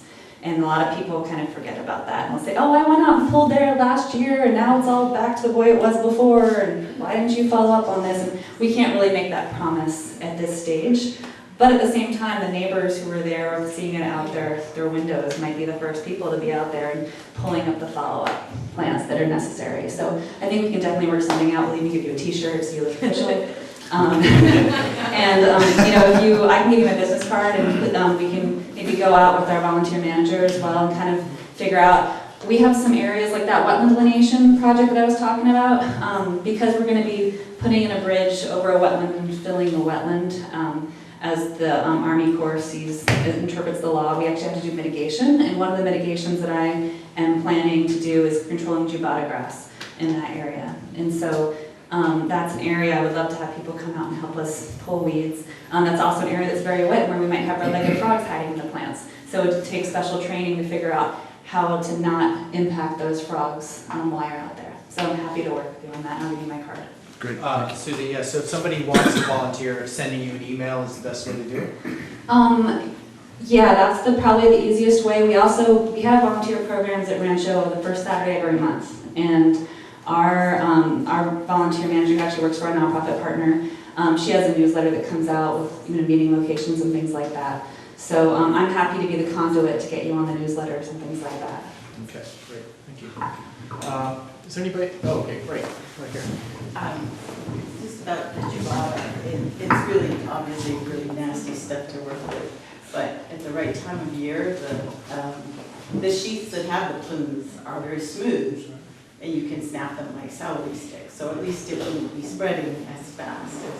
And you could encourage people to do that, and that's something somebody could easily clean up a whole plant in seed production for the year in about 5 minutes. For people that do that, what do you do with it? That's the question. Throw it on the ground, it doesn't open up.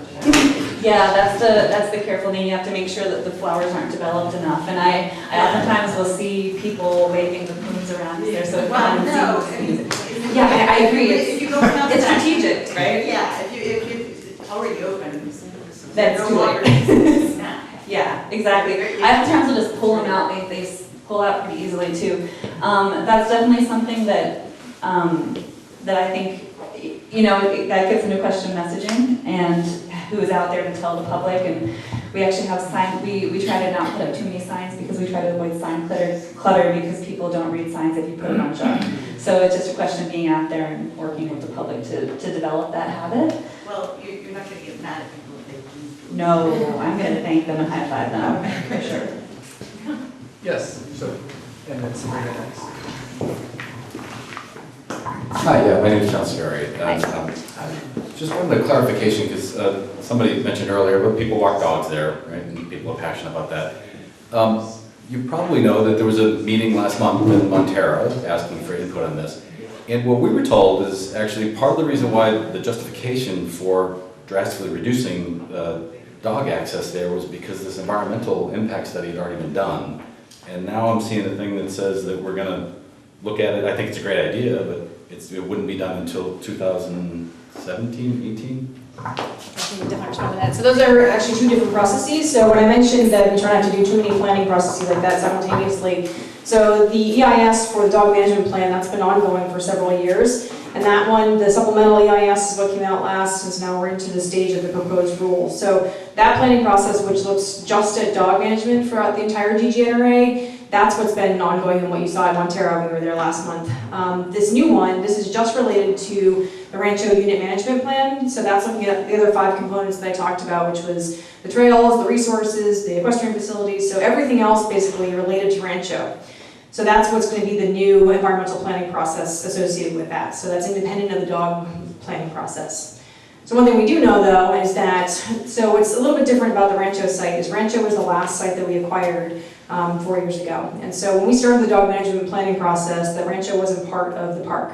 So a lot of the other sites that we've had for a very long time and that were included then in this environmental impact analysis, it's looking at what we knew of the site at the time and what was going to happen in the future. For Rancho, since it was added kind of at the very end of this planning process, we know that Rancho is not done being planned. We know that there's going to be new trails. We know there's going to be new areas where we're going to be closing social trails or that we might be adding new trails. And so we are looking at what is the best approach then moving forward. That is there a way that we can say for new trails that are coming into the park then, if we're building new trails, what does that look like for dog use? So it's not that this is the end-all be-all for all dog use down here, is that we understand there's got to be some flexibility since Rancho is not planned yet. But there are two different independent environmental planning processes that the dog plan is basically for all of GGNRA, and this environmental assessment that we're talking about is just going to be for Rancho. And for everything else about Rancho, not just dogs. Yet another crack at it. Yeah, we're going to have a lot of more meetings about what we're planning for Rancho in the future. So the one that you heard about before in Montero, that was just for dog management planning alone. I'm happy to talk to you after as well if it doesn't make sense. So. Sabrina, and then you'll be next. Sabrina?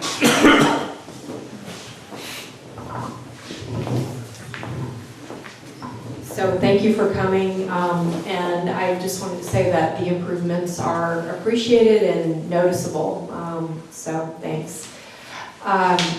There was a mention during the presentation about the Regional Water Quality Board and some new restrictions, it sounds like, that might impact San Vicente Creek, and I'm not sure if it sounds like it might also impact other creeks as well. But maybe you could explain a little bit more. I was really interested in that, and I know you had a lot to get through in the presentation. Thank you. Yeah, I'm happy to talk about that. So I'm a biologist, not a hydrologist, so this is not my purview, but I did recently go to the workshop that the Water Board put on. So the State Water Board has a list of impaired water bodies. It's on I think it's called the 404D list. They can be impaired by fecal indicator bacteria, like in the case of San Vicente Creek, or sedimentation, pollutants, other things like that. So San Vicente Creek and Fitzgerald Marine Reserve were both put on this impaired water body list a while ago. And the State Water Board has been in the process, there's something called a TMDL, which stands for Total Maximum Daily Load. So basically the State Water Board would basically do a study of a creek that's impaired on this impaired water body list, and figure out what the maximum amount of any input is, and figure out who's responsible for maintaining that, and then figure out punishments to punish people who go over that maximum daily load. So the Water Board had been planning to do a TMDL for San Vicente Creek, but they decided that took too long and they didn't need to, so they're doing something called a Water Quality Improvement Plan for the entire watershed. In the time between when they made that decision of adding Fitzgerald Marine Reserve and San Vicente Creek to the impaired water body list, they've been doing continued monitoring through time. Did I do that? No. And the Fitzgerald Marine Reserve actually turned out to be clean after a while. The continued water monitoring or water quality monitoring indicated that it was being improved, but San Vicente Creek was not. So basically, there is a water quality improvement plan for the entire watershed now, and it specifically calls out stakeholders. The national parks are some. I think the Montero Sanitary District is, and I actually have a copy in my laptop bag, so I'm happy to pull it out for you. It's in its draft form. They just finished taking public comments on that about 2 weeks ago, I think. Another component of that, which is a little scary for us because of the timing, was in that water quality improvement plan. It requires that everyone comply with a new permit that was not yet out. So they basically were saying, you have to comply with this within 2 years, but we're not telling you what it is. So it's a little scary, but just 2 weeks ago it came out, and that's a confined animal facility permit. So the state water board is broken up into regions. We're in Region 2. It includes the 8 counties around the Bay Area. Previously, they had a permitting process that only required dairies to deal with it, because they have a very different way of handling manure.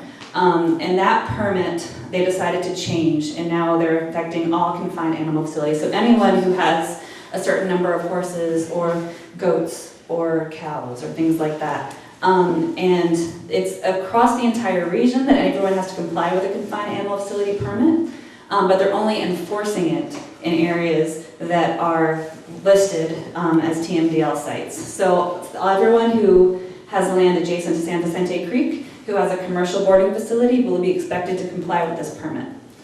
They also have to comply, San Mateo County has its own confined animal ordinance as well, and I'm on their technical advisory committee for that. Yes, and I think this is going to be We're going to have to more restrictive. Yeah. This confined animal facility permit is actually going to require the monitoring of water during 3 storm events.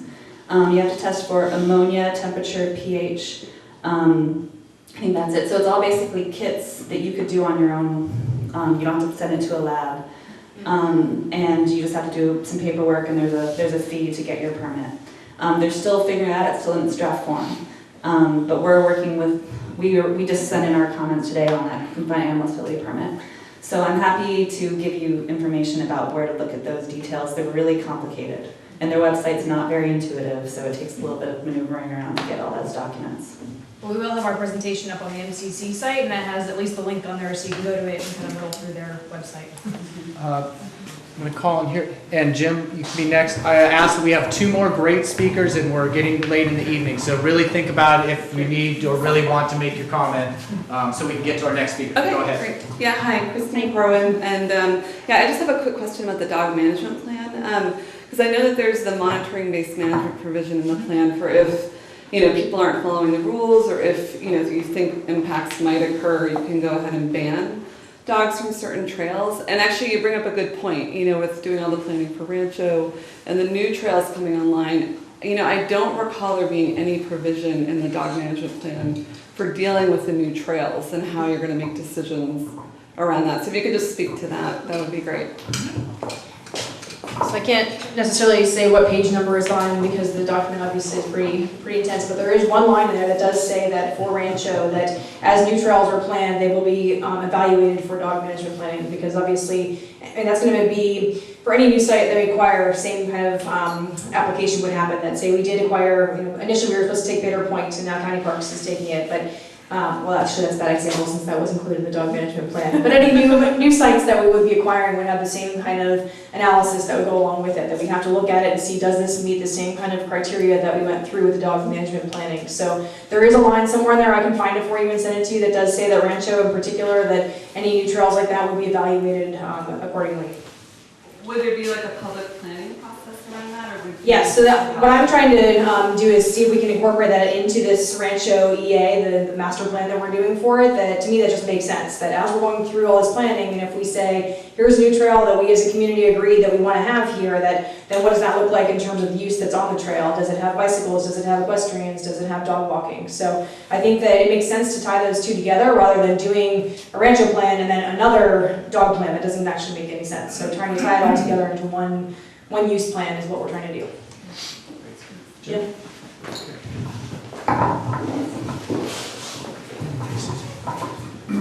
Thanks to the Midcoast Council and different parks agencies. It's great to have you over the coast. Just one quick question. Any news you can share on the extension of the Barrier Ridge Trail from Sweeney to the Rancho along Whiting Ridge, along the fire roads within the SFPUC? Has there been any progress that you're able to share with that? So what I can say is that our general management plan, which is basically our guiding document for the next 20 years, does include in there a suggestion to incorporate Whiting Ridge as the connection then between Rancho and Sweeney. That it already exists, it's something that we fully support, so we will work with PUC the best we can to help get that open. That's our desire as well. Obviously that they have their own process they're working through as well in terms of how to open it. So we're following along with what they're doing. We haven't had any other recent updates that I can share with you, but it is in our general management plan that we'd like to see that trail open as well. Okay, Carl?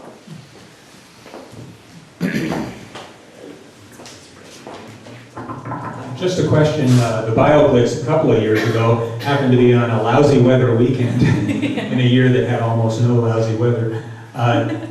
But I did hear that there was hantavirus discovered, and in trying to go onto the GGNRA sites and so forth, it's very hard to access any of that diversity information.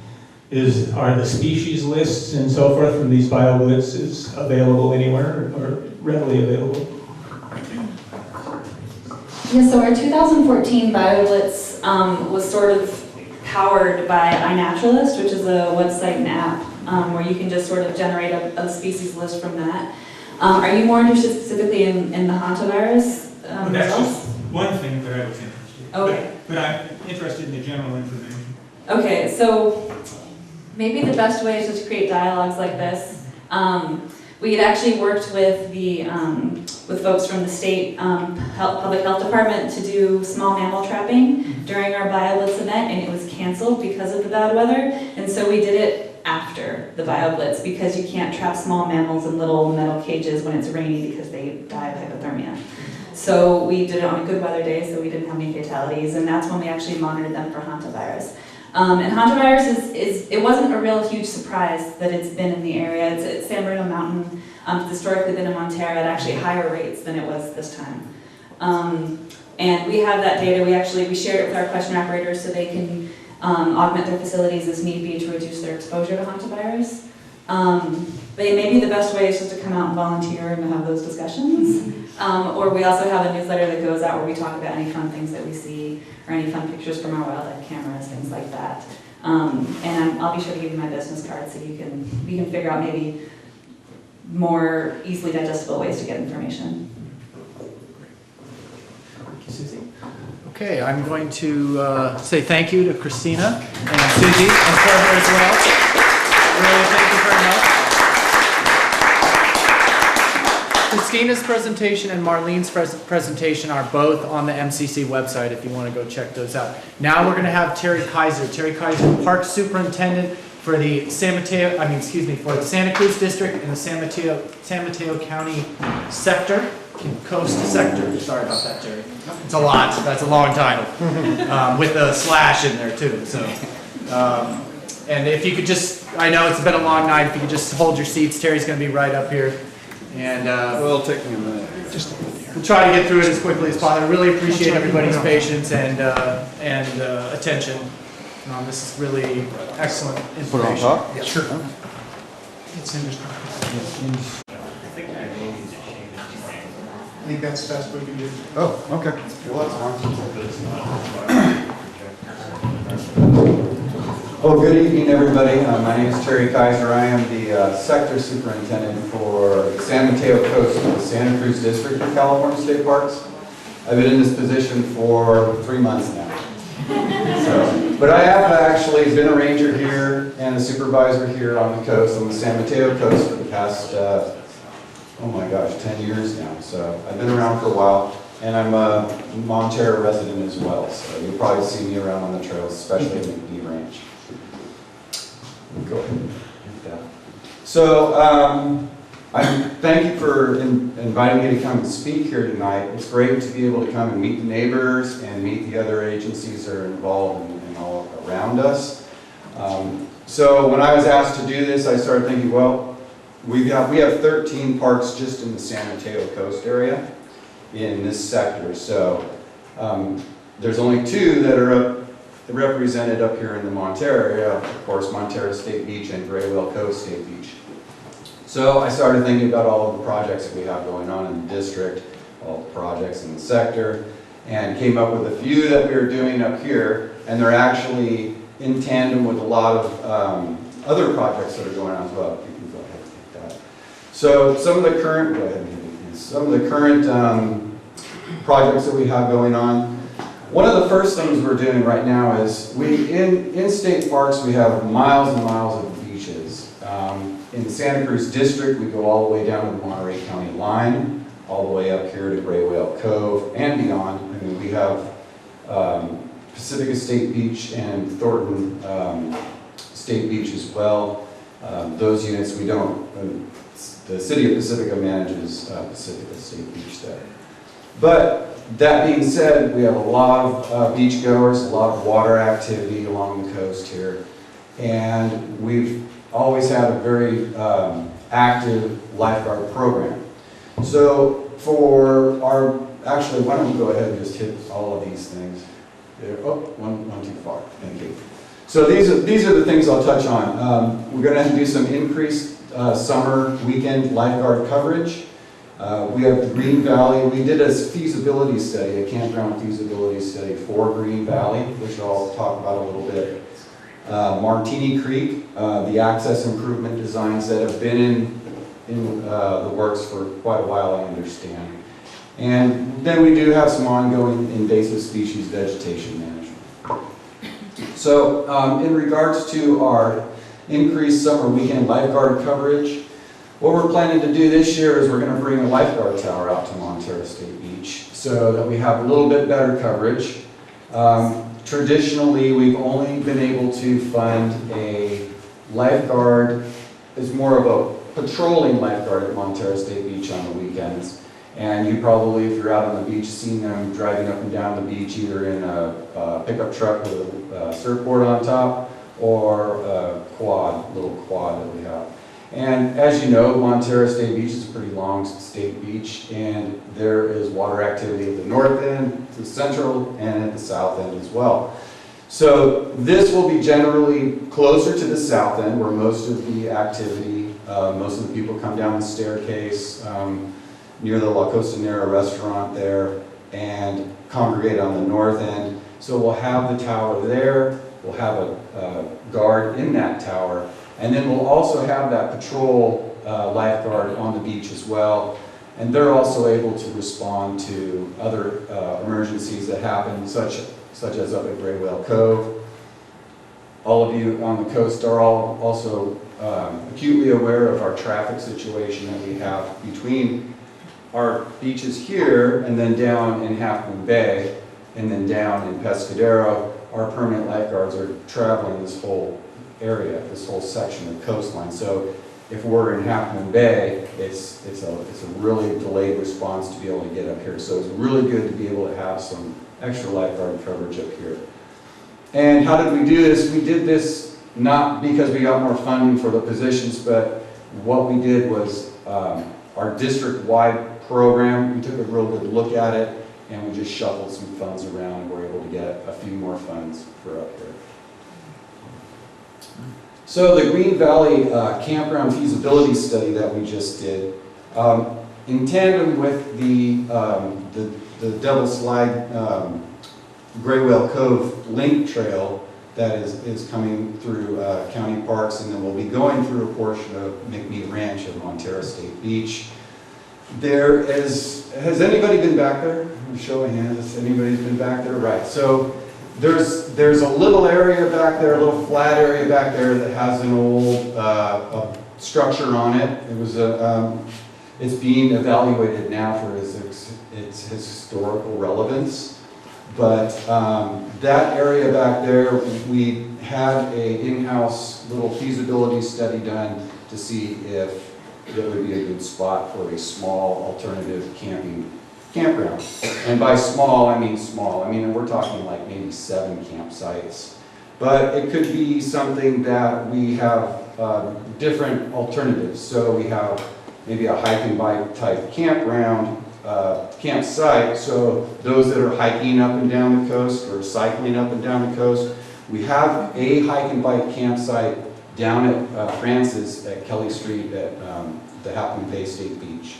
But that's the only one we have. So between Pacifica and Half Moon Bay, there's really nothing else. So, and everybody that's been back there would agree it's a beautiful little spot back there, a little oasis right out off the coast there. So that, and then we're also looking at not really drive-in big RV campsites. What we're looking at is small tent campsites with the idea that you might be able to, if I can just point at this, since this is a little area right in here, that this access road, you would just drive in, drive up to your site, drop off your gear, and then drive back down and park inside the gate, but back towards there. So there would be very, very little, oh, thank you. There would be very, very little vehicle traffic back there. Another aspect of it would be that there would be a full-time camp host back there. There would always be somebody back there to manage the area. One of the things that brought this up is that when that trail does go through, that little area back there, that little flat area is going to be a magnet for people that are going to want to go back and spend the night back there or have a party or whatever. So we figured that this not only is a perfect space for a little small campground, but it could be, it has some nice eyes on it and keep some public safety back there as well. Another project that we have that's been in the works, it's my understanding it's been in the works for a while, has been the North Montara State Beach Access Project. So this is the parking lot that is at the end of Martini Creek, straight across from McNee Ranch. There's a staircase past the sign that goes down to the beach right there. And there was a grant that was oil spill money that was set aside for this project. Design was started and it is supposed to be completed. It's being done in-house with state parks with the Northern Service Center. It's supposed to be completed within a couple of months. They were telling me it was supposed to be done by the beginning of June. So we'll get some kind of design together and then we'll go into a permitting and process, obtaining permits, and then going into getting a contract and a construction phase going. But apparently we're supposed to have this done by June of next year. So I can't say for sure that's going to happen because there's already been a lot of delay on it, as you all know. But for this project, the idea is to raise the level of the parking lot there, increase the asphalt apron so it's easier to get in and out of the parking lot. Oh, I'm not talking, I heard the hiss. Not paving the whole parking lot. We're not talking about paving the whole parking lot. Just the apron so it's easier to get in and get out of that parking lot as it is. And then improving the access, the trail access that gets over to the staircase and the staircase down to the beach. And then we have some ongoing invasive species vegetation management, which National Parks has pretty much already talked all about. We're not doing much out there. We're trying to get volunteers out there. We have a great group of volunteers, the Montara Trail volunteers that come out and help work on our trails to keep them drained properly and up and running. One of the problems we have is obviously funding and staffing is a real big stretch for us right now, especially in a district as large as ours.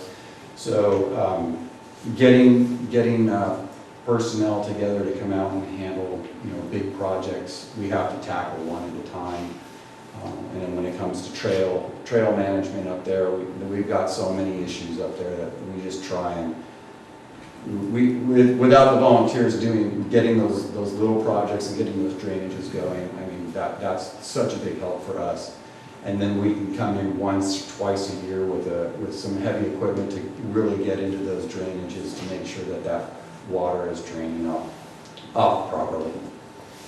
So those are really the projects that I have for you tonight. I don't have anything really in detail, but I'd be happy to answer some questions for you if you have any. Yeah, go ahead, Sam. Is the Montara State Beach, do you have plans to improve the coastal trail through that section? The Montara State Beach, the coastal trail through which section of it? The parking lot, that whole stretch there. Paralleling. Oh, paralleling the highway. Paralleling the highway along the Bluff side? No, there's nothing in place right now for that. But that is something we should be looking at. Yeah, because the coastal trail is kind of anticipated on that side of the highway. Okay, yeah. And so these are things that I'm just going to be learning about and coming into. So yeah, thank you. Sir?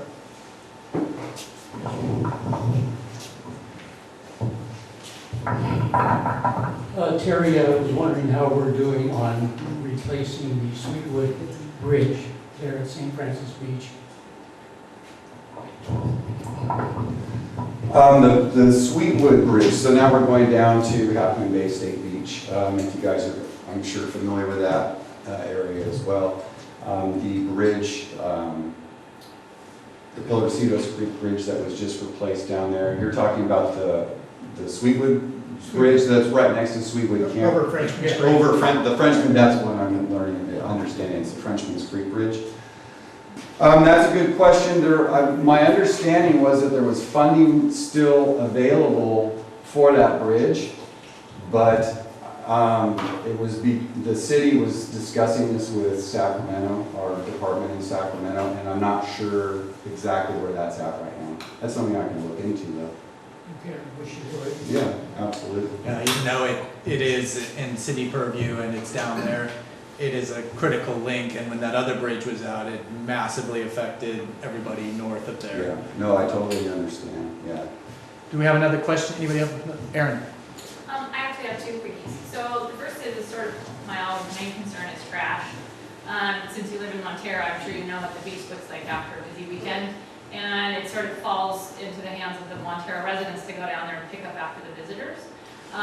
So I don't know if that's your jurisdictions or because there's like one trash can that's right at the bottom of the staircase from the restaurant.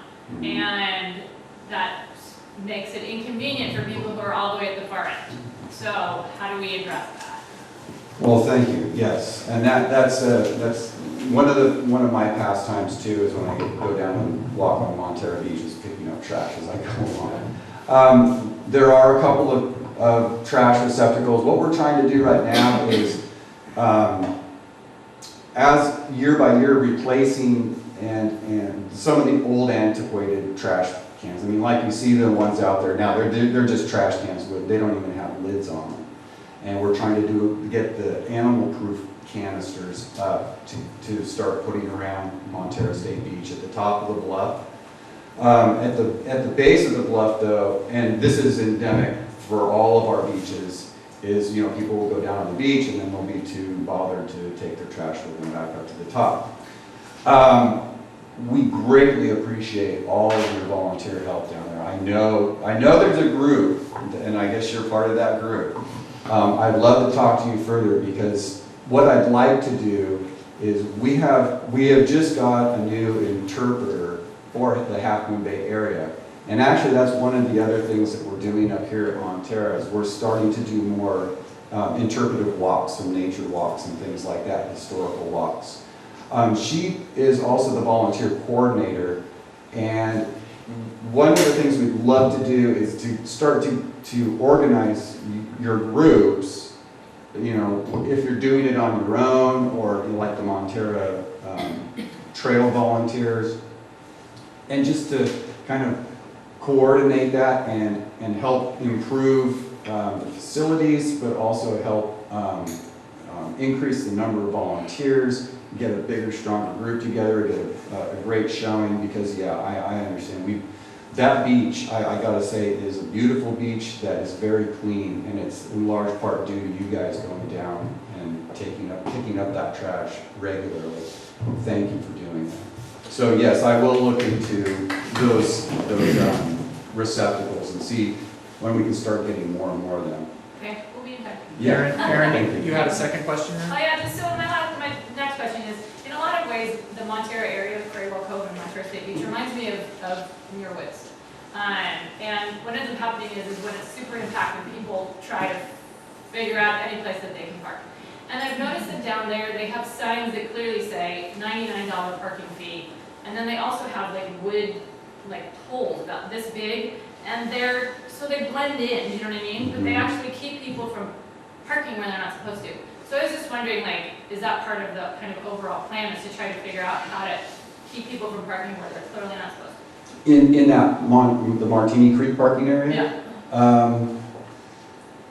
So since I haven't seen the design yet, I can't really speak to exactly how the design's going to come out. And that's something I need to get a hold of. But yes, I know. And another thing is on the highway. There's a lot of incursion into the park just off of the highway. And there are no parking signs there, but that's actually within the Caltrans right away. And so we have to work through Caltrans to make sure that those signs get replaced or put up, and that's kind of a long and arduous process to get done as well. But yeah, no, your point's well taken. I mean, that parking lot is, especially with the tunnels, I mean, the amount of traffic coming through and the amount of people going down to the beach there is really just increased exponentially. So yeah, I'm sure that this parking plan will at least address the parking area at Martini Creek. I'm not sure what we can do about the parking along the highway. But if they are coming into and parking onto that terrace there may be something like you say, like a low stobber type of barricade with signage. Okay, you talk about that sometime. Yeah, no, absolutely. Yeah, and I have my name's on that list, but I also have some cards I can hand out. Anybody that wants to, get involved or be in touch with me, I'm happy to do that. Yeah. Yeah, I can say right ahead that I'm not a big fan of government-style signs. I really don't like them, especially in the rural area. But as far as some kind of messaging for, pack your trash or, bring the trash up out, do not leave bottles in the sand, these types of maybe small low-key that may, look like they're, handmade, community-made, could be encouraged. Some community members that are passionate about clean beaches could work with the state and create, a pleasant sign to look at that would be everybody would be proud to look at and see how well that's received by the general public if they actually respond. Right. and do actually pack the trash. I think most of the time people just forget. Honest. I think there's, it's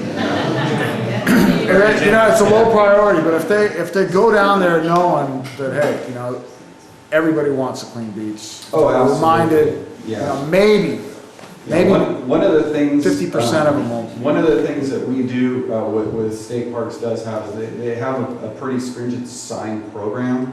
So doing anything like that's not fitting the bill, so to speak, if it's artistic, it's great, it's beautiful. Even with something like that, we need to go through and get approval and waivers through that sign program.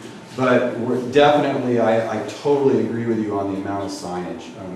In a wild, beautiful area like that, we don't want to put up a lot of signs. And everywhere we can, we try and limit the number of signs and limit the size and the height and everything as much as we can within regards to that sign program. So thank you. Right here, Really back. quick, I forgot the parking lot that's in Rock Coast Narrow, the dirt lot. Is that state park as well, or I forget how that works? Yeah, that's certain hours it was. Oh, over the restaurant. Or something right. like that. Okay, so the dirt lot, yes, that is state park property there.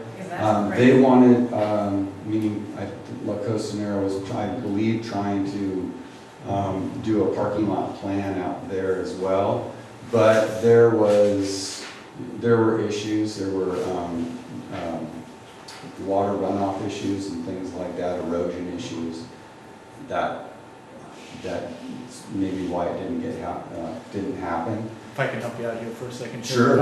So the MCC has reviewed this issue at several different meetings. If you want more information on it, check out the MCC website because we have extensive information about what the agreement was for the shared use of that parking lot, and then when the plan to improve the parking lot, why that hasn't gone through, and it's a convoluted web. So, but check out the MCC website. There's some really good info on there. Well, you and me both. I'm still learning. Sabrina? Yeah, I had not heard about the camping plan and just wondered when we might hear more about it, or if there were any drawings or anything like that. Right, we just completed it's just a feasibility study. It's just kind of looking at the area.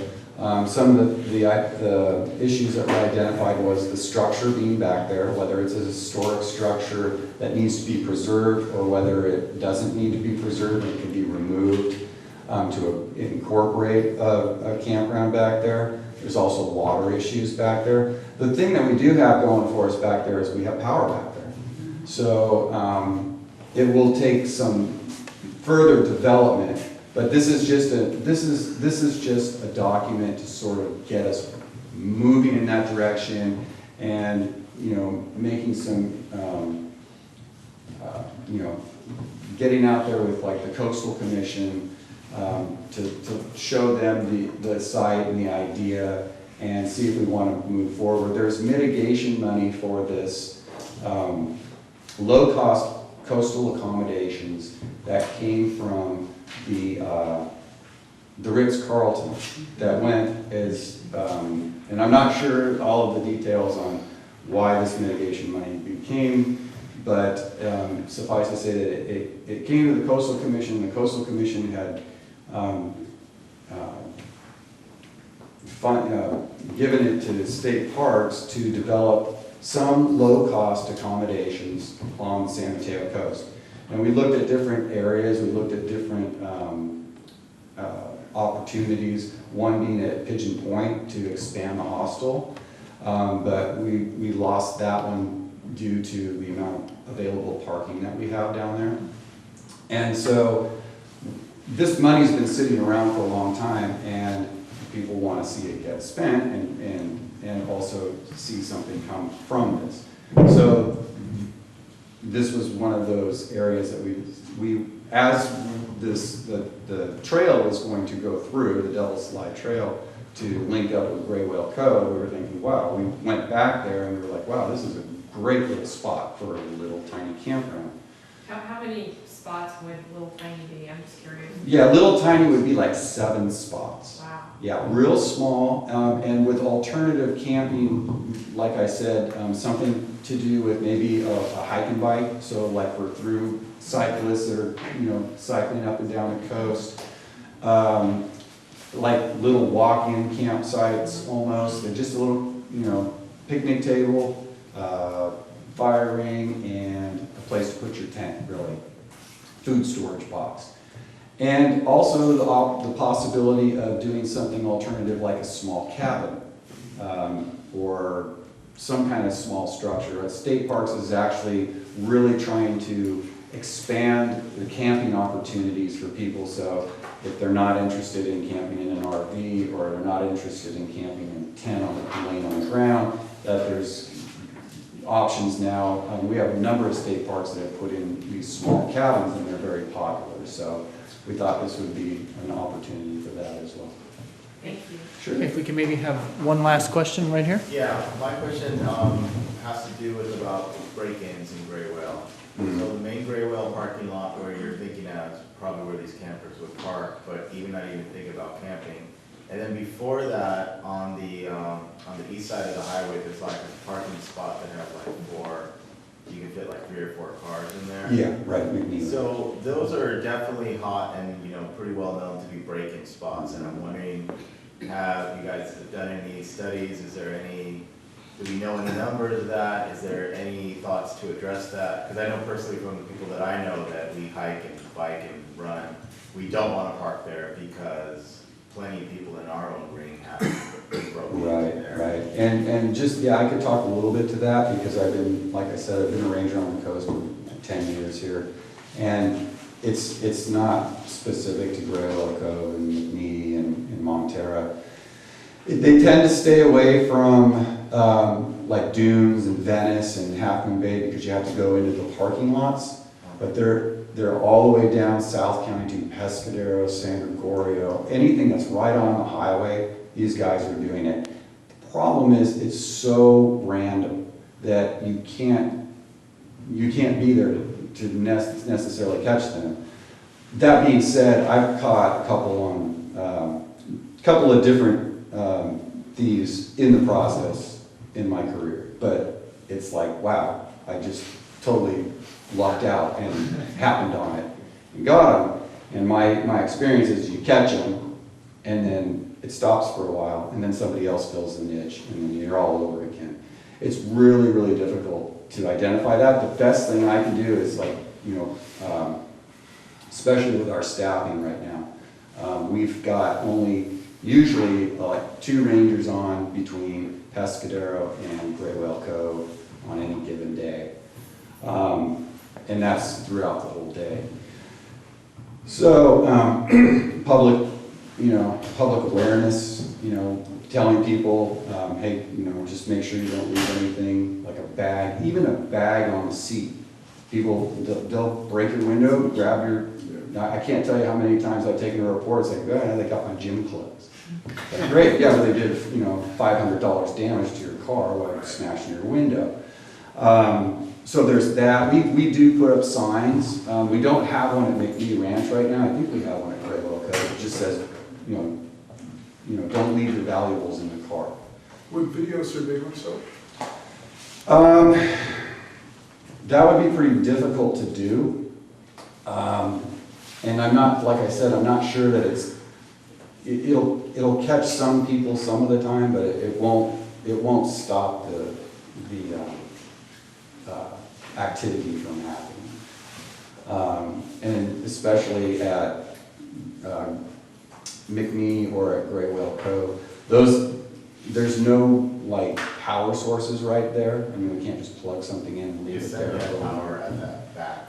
What's that? You just said you had power at that back. Yeah, I know, but I don't have any way of getting it from the pole down at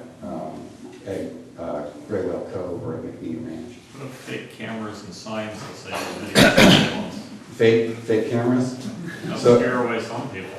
Well, I think Bart just went through something. Yeah. With that. There's that. Okay, Terry, if you've got anything else you want to say. Everybody, thank you very much for coming.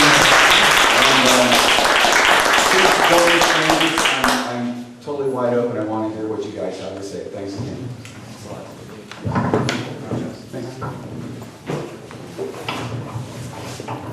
Next up, we've got Dr. Patrick Tierney.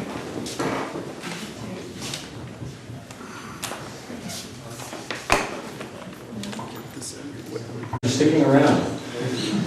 My name is Patrick Tierney, and I'm the chair of the Granada Community Services District Advisory Committee.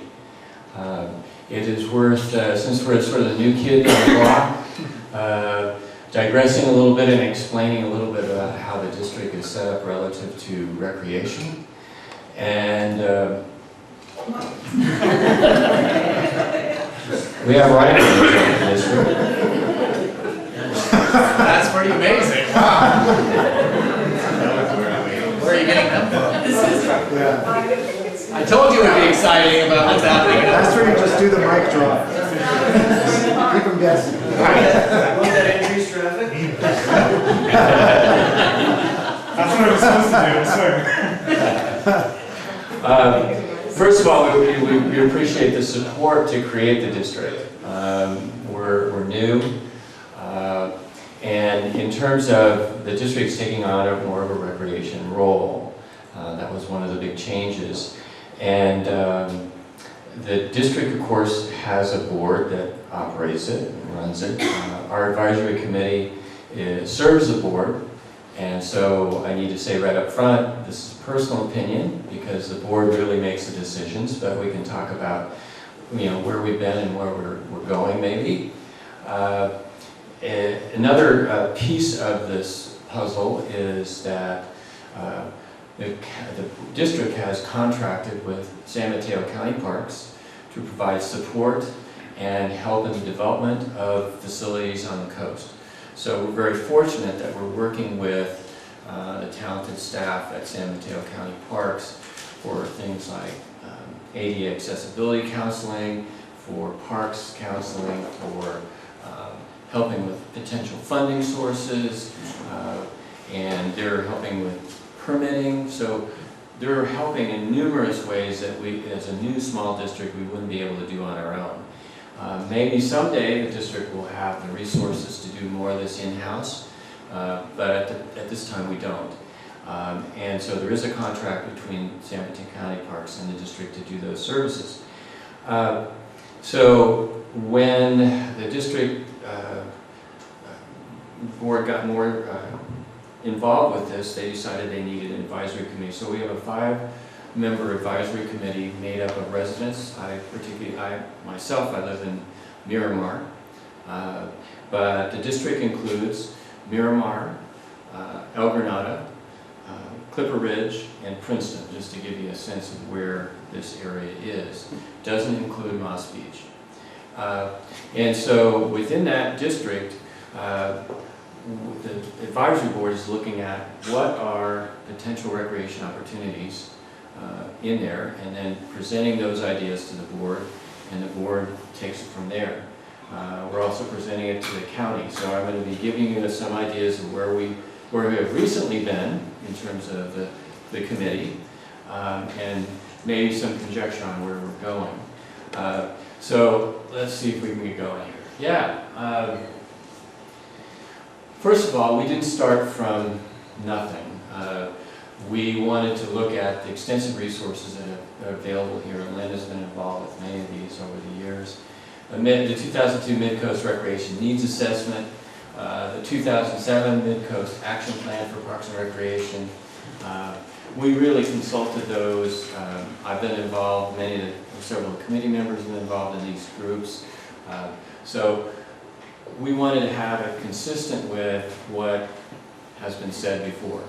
I think one of the big things, the difference now, is that there are some funds to actually get things done. So this is the latest thing that we did was a 2015 Community Interest and Opinion Survey for local parks and recreation facilities. I'll show you an example of that. So these are the 3 documents, if you will, that we've consulted extensively to help us find direction in this way. This is a cover of the document that was done for the survey, and I just wanted to go over, since this is new and many of you haven't seen this or weren't at a committee meeting or a board meeting to see it, I'm going to bring up a few things. It was mailed out to 2,300 people. There was an online survey on the county website that was very, very similar. Some of the results were that we had a total of 609 completed and usable surveys. That's a response rate of 27%. 542 were mail and the rest were online. So we had a mixture of ones. Is this a high percentage or is it a low percentage? Unfortunately, it's pretty typical of many mail surveys. I would say this is above average in terms of the response rate for mail surveys. They just don't get many back anymore. The question then comes up, how representative is this data relative to the county population? Unfortunately, I did not design the survey, or else I would have made the age categories match what the census age categories are. But if you look at the 25, let's see what, the best one is 25 to 39, which corresponds to 25 to 34 in the county population on the right side. 18%, 18% is the county population in the age cohort, and ours was 16%. So we can't compare it completely across, but it does suggest that we are not completely out of line in terms of representation here.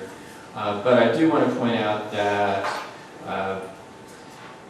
the majority of respondents for the survey, which is completely typical, older folks tend to be the most likely to respond to surveys, youngest least likely to respond. But we're about 68% of the respondents are 40 to 74 years old. So it may represent a little bit more of a voice of the older population. And so it's only adults, it isn't kids, so we have to speak for the children in the community as adults. Okay. Respondents who visited, some of the results, where did respondents visit local parks in the last 12 months? The Coastal Trail, amazing, everybody. Mirada Surf West, even Clipper Ridge Park, which is somewhat isolated, many people don't even know where it is, we still had 40% of the survey respondents said that they had visited. So our parks are being used. The ones that we currently have are being used by the district residents. Again, if you're interested, I can give you the link, and it's on the survey results are on, the full survey report is on the district website, so you can look at that. But I just picked out some that I thought were particularly relevant. And this is, do local parks need improvement? All the respondents, 73% said yes or maybe, 51% said yes. So at least the majority of the respondents are thinking that parks should be improved on the coast side. That's different from creating new parks, but just improving parks. Here it gets at the small neighborhood parks. This was consistent with a very high rated item in the coastal plans, the 2 previous coastal plans.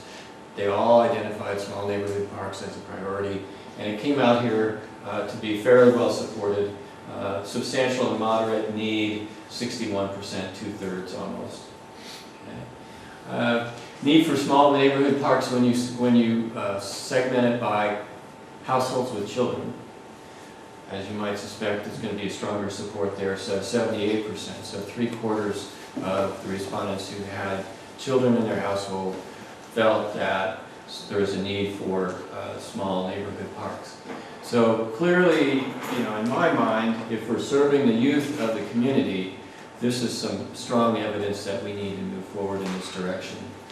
And again, I'm speaking sort of for myself, but also for the committee. Another major opportunity that we have here that many, many communities do not have is the medians in El Granado. And some of you are, I'm sure, very familiar with that. They're informally used for recreation in many ways for many years. You'll see tire swings, and you'll see trails on almost every one of the medians, informal social trails. But we asked, in a general way, should they be improved? 57%. And if you segment that by residents of El Granado, it's much higher. El Granado residents were more supportive. So we took very quickly, that was a quick snapshot. I don't want to put anybody to sleep here. You can look at the full results on the district website. But let's move forward and say, okay, using that kind of information plus the 2 previous documents that we talked about, what did our 5-member advisory committee come up with concurrent with the direction from the board? And these were what we wanted, San Mateo County Park, in the contract that was signed with the park and the district, said that in a year, you are supposed to provide us with a prioritized list of recreation needs. And it took a little bit longer than that, but we did get one. So the committee, this is a committee prioritized list that we're going to show you, and then we'll take a next step further. So the number 1 need that we identified, or an opportunity need, was to develop a trail and amenities plan on the El Granado median, starting with the median number 11, which we called San Portola. We thought there were tremendous opportunities for passive recreation and hiking within the community in trails that are already there. I will say no one on the committee is in favor of anything paved, just to get that right up front. And we're not talking about freeway trails either. So that was our number 1 priority. We thought that was a fantastic opportunity. They're already there. Maybe we can improve it with amenities or signage or something like that to make it just a little bit better. Number 2 priority, develop a plan for small neighborhood active park in median number day 8, which is Balboa Circle, and the median in Balboa. We wanted to make sure this was balancing between passive open space and hiking opportunities with the need for children and active play. And so this is a circle that is medium size. It would be a small park to begin with, but many neighbors came to our commission meetings, and this was clearly one of the things that they wanted to have, was an active park at the circle. So that was our second priority. Third priority was open space of Burnham Strip. We felt that this was an incredibly important, and this has been consistent from all the plans to do this. So we wanted to suggest that the district acquire properties as they become available. I think that's being considered. The fourth was to develop and implement a general tree management plan for all the medians in El Granado. Of course, you cannot go and do anything in El Granado medians without the risk management and tree management plan there. It's just, it's not something that a public agency should be doing without that kind of information. So we recognize that, and no, we're not talking about cutting down all the trees. We want to have a professional come in, look at those, look at the characteristics of the trees, identify hazard trees, and we're also looking at the original vision by Burnham, who had planted trees there, or at least was historically planted trees versus ones that have come in after that. So in our committee's view, if we can maintain a historic perspective of trees, that would be a positive. Plan and develop a bike pump track. The number one need identified by the community who came and spoke to us was this one. And you go, where is this in your plan? Well, we listened to the public, and this is what they wanted. The neighbors in this area were very interested in this. We said they want active things for young kids to do, girls and boys. And this is a trend. As county parks know, they're putting in, considering planning a pump track and flood park on the other side. Santa Cruz just installed one. So we're not doing something that's out of line here. This is in line with the trends that are going on. So that was the fifth priority. Easy one to do, painting utility boxes in the medians in the community to make it blend in a little bit better. Skate park, as you all know, if you drive down Highway 1, there's a skate ramp there. This has been an important part of the local communities for a long time in terms of their interest in that. So we felt that was number 7. Hold a community event information sessions about plans for medians and proposed recreation projects.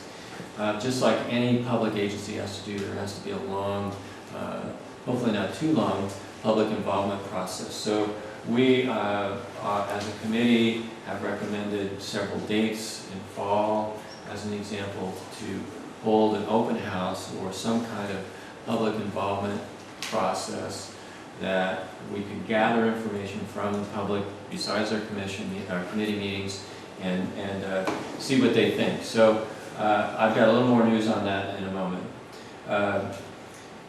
Clipper Ridge, the park has been improved by county parks, which is great, but the basketball courts are still hurting, so this was something that we wanted to put forth. And then the number 10, it's like Dave Letterman here, install more benches and picnic tables at key locations. So they're there in several locations, but they're falling apart. They haven't been maintained. So that would be a place where we would start with where they are and maybe other locations. But it would be put together with number 1, the trail and amenity plan for the medians. So these would not be looked at separately. They'd be looked at together in kind of a cohesive fashion. At least that was the committee's vision. We forwarded that to the board. Let me do a few more.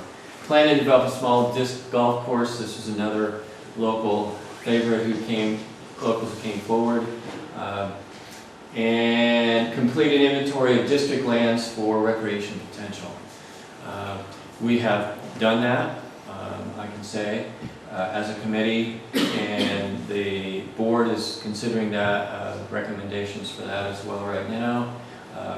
So yeah, start with lands that we own, that's the easy stuff, and then maybe consider other things. So that was what we submitted to the board.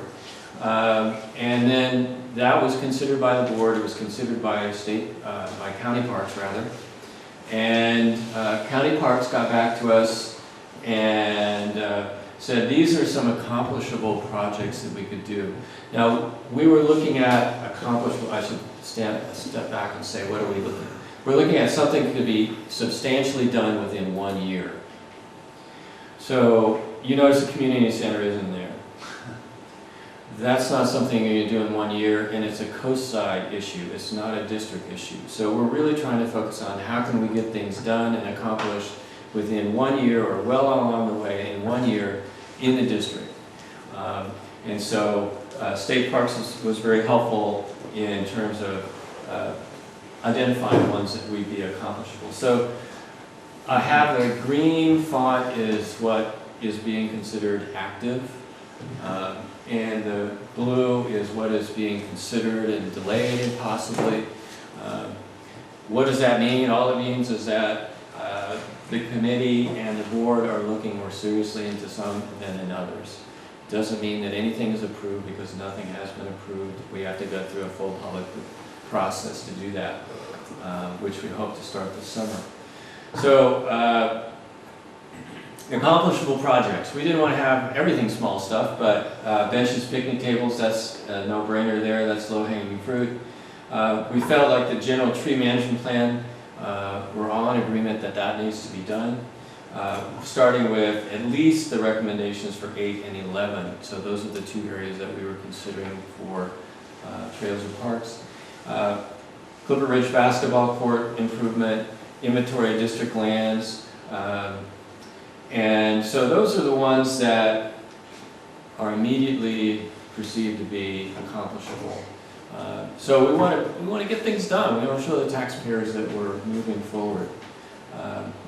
So expect some of those things to be accomplished, hopefully relatively soon. The blue ones being considered, again, trail and amenities plan. I will say that Sam with County Parks has told me tonight that there's been RFP release, requests for proposals, and proposals are due May 5th for this particular action.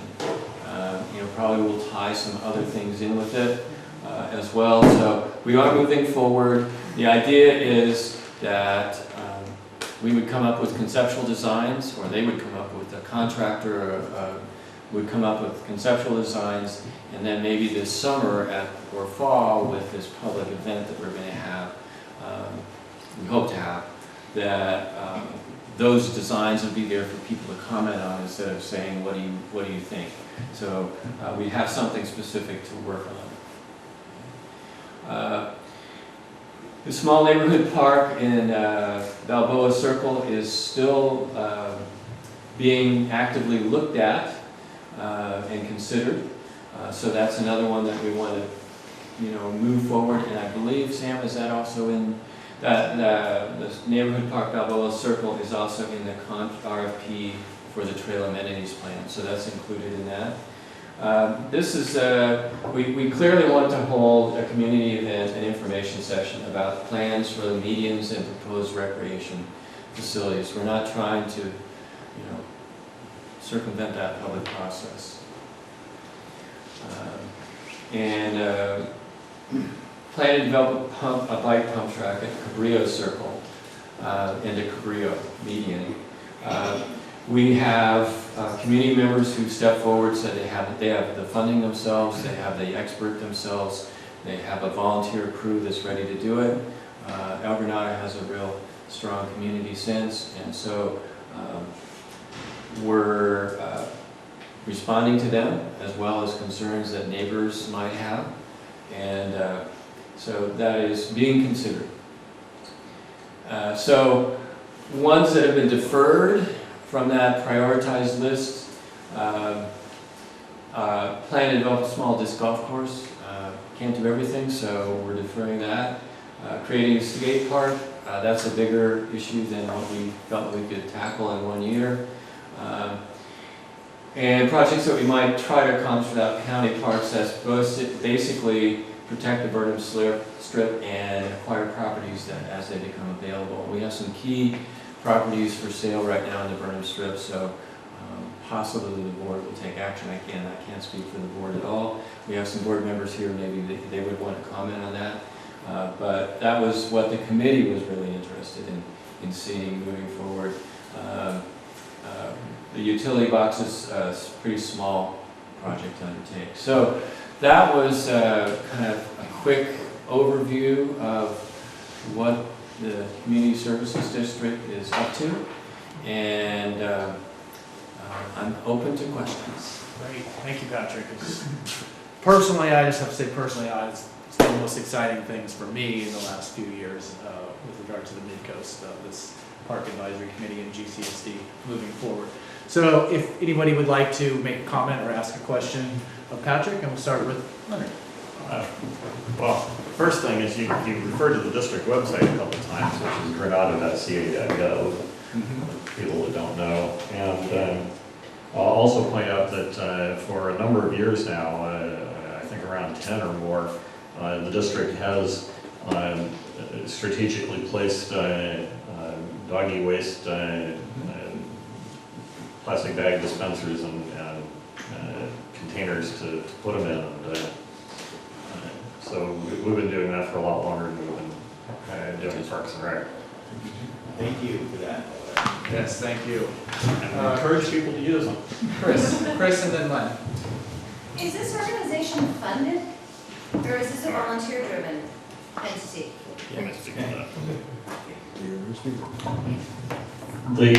It was formerly the Granada Sanitary District, formed in 1958 by the Board of Supervisors who formed Montero Sanitary, Granada Sanitary, and Half Moon Bay Sanitary, which a year later became the city of Half Moon Bay. And so as a pre-Prop 13 district, Granada gets right now somewhere around $500,000 a year in property tax. But the state's explicit direction since Prop 13 is you're not supposed to fund enterprise functions from property tax. And sewer is an enterprise function. We collect fees from anybody connected to the sewer system. So the plan was and is that we will shift the allocation of property tax, which up until we were a community services district of Parks and Rec Authority, the property tax went only to subsidize the sewer service charge, which is not consistent with the state's direction. So we will be shifting, and I hope sooner rather than later, but that's a board decision. I'm just one director. We will shift over some amount of time the allocation of the property tax away from subsidizing sewer service charges, and we'll raise the sewer service charge to compensate. But even if we were to shift all of the property tax and have no subsidy for sewer from it, we would still have the lowest sewer service charge of the three agencies on the coast side. And so we can do a lot with $500,000 a year on the Parks and Rec So that's side. why it doesn't include Moss Beach, because it's just. That's a different district. That's Montero why. district. Okay, so it's $500,000 a year, and and are any county funds being contributed to any of the projects, or you're using solely that money and you're paying consulting fees to county parks, or how is the relationship with county parks work? Yeah, I'm not sure I can address that. Maybe Marlene can. We're being paid by Granada Community Services District to provide park and recreation services. And at this time, there is no county funds going to pay for Granada Community Services District. Thanks. So any of these projects that you're proposing or moving forward with will not fall under the jurisdictions of county parks to maintain? Right. Got it. Okay, great, thank you. Well, and they will do the field work under contract. Got it, okay, great. Len and then Sabrina. There's a large informal parking area in front of Surfers Beach that is the property of the district, I believe, and there was no mention of any changes or improvements to it. Half a question. The other half is it's certainly been used to support various projects. Does the district get money for its use? And there was nothing in your plan about any type of improvement there. Purposeful, because that's such a hot potato. the whole issue of Surfers Beach and the management of that and Caltrans and all the various ownership. I'm just talking about the land that the district owns. And so we really felt that we couldn't address that issue and that land without having a bigger discussion. I understand the problem, but you're the committee to do it, so would that mean it would lie fallow until it wasn't a hot issue, which it would never not be? It's not, we're not afraid, we're not scared of taking on hot issues, but again, we're looking at 1 year time frame, and that's a lot bigger than 1 year to discuss that. More important, I think, to the committee was acquiring property in the Well, I understand, but there was just no mention at all, and it's such an obvious thing. It's part of the Burn Strip, and the Burn Strip was mentioned. No, not in any kind of improvement, Just just for protecting. acquiring property. It was explicitly not mentioned. Right. We felt that was too big of an issue to take on the first year. Okay. Just like the community center. Swimming pool, everybody wants a swimming pool, but you can't find, that's the most expensive possible thing, recreation facility you can have to maintain and pay the power and all that. Sabrina? Yeah, so a couple questions. First, I was just trying to understand a little bit more about how this works. So, please correct me. So what I'm hearing is that Mirada Community Services District pays county parks to manage parks within the district, but it sounds like nothing has really, the Community Services District hasn't actually started providing park services yet.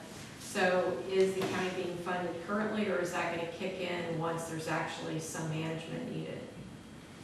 I can, I can say we don't know. But what we can say is that the contract is with the county for recreation services. The hope, I think, of everybody on the committee, and my sense of the board, but they can speak for themselves, is that, eventually, after we've only been here a year, we will have employees that will maintain the parks, and there's even being consideration that the district would take over management of Clipper Ridge Park as an example of us, the district, moving forward as having employees to do those sort of things. But do we have someone on the ground right now? I'm not sure that we do. I don't believe we do. So at this time, the county's not being paid for service until there's service that's going to be provided, is that? That's not true. We're being paid, we bill hours for our planning, permitting, we attend all the meetings, and we bill less than $2,000 in our services. We're providing consultant support. I see. Yeah, and it's by billable hours, yeah. I see. Yeah. I didn't know that. It's good questions, Okay. yeah. It's confusing. It is confusing. It's different. Yeah, okay. So with the planning, the feedback I've heard from people, I think, is that there's a little frustration that, the district changed to a community services district, which I think is, community really obviously supported that, they voted for it. But I think that there are a lot of families with kids in El Mirada, and they're kind of wondering when they're going to reap the rewards of this great shift. And I was really interested to see that you had included the pump track and the skate park, because those are the things that I'm hearing whenever I go to the bicycle shop in Half Moon Bay, or anytime I run into people that are, working with children. People ask me about, hey, Leonard Warren, have you talked to him about the pump track, So this is the kind of feedback I'm getting from people when I'm out and about, and it sounds like there's a lot of interest in that stuff, and it seems like it would be a good idea to have something that really benefited the youth early in the process. Yes. They don't care so much about, I love benches, but they probably would be a lot happier with a pump track or some improvements in a skate park. And anyway, just wanted to put that out there. It's good feedback. Again, we're trying to balance all ages. So the pump track is moving forward. In terms of the idea, we will have conceptual drawings of the pump track, hopefully in the next 3 or 4 months. And so, yeah, you're talking to a committee that really wants to help out the youth of the community. Since my name was mentioned, I have to say that I'm more frustrated about the slowness of the whole process than anybody else in the community. Okay, Lisa. Quick comment, I'm not in your district, but this topic has come up a bunch in the Connect the Coast Side project about apparently it's just next to impossibly and horribly expensive if Samtrans is to put in benches and bus shelters, but other entities could. Anyway, could you just consider that in El Renata, where the bus comes through your town, bus shelters and benches, would that fit with your new role? It would be very useful to encourage people to use the bus. I've been intending to ask council if our general district council, if that's an acceptable expenditure of our money. And I'm assuming the answer is going to come back yes, but I have to ask. And if he says yes, then I'll see if I can get it on the agenda. And Lisa, that would be where in the trail plan for the community, trails and amenities. So that would be potentially something that would fit under that category and certainly would be considered. Patrick, I have a question for you. When does the Park Advisory Committee meet? I want to go more, but it seems like to me, it doesn't seem like it's on a consistent day every time. Well, that's because we wanted to move forward so quickly that we put forth emergency meetings. And so we're now, I think, at the point where we're going to meet on a monthly basis instead of twice a month. We wanted to just jumpstart the whole process and get moving forward, so that's why there was a little confusion. And we needed to, because of technical things, a computer breakdown, we didn't get the notice that we needed to have out, so we had to change the date. So now I think the committee is going to be meeting on a regular basis. Please forward that information to the MCC. We'll get it on our calendar, and I'd love to see more people.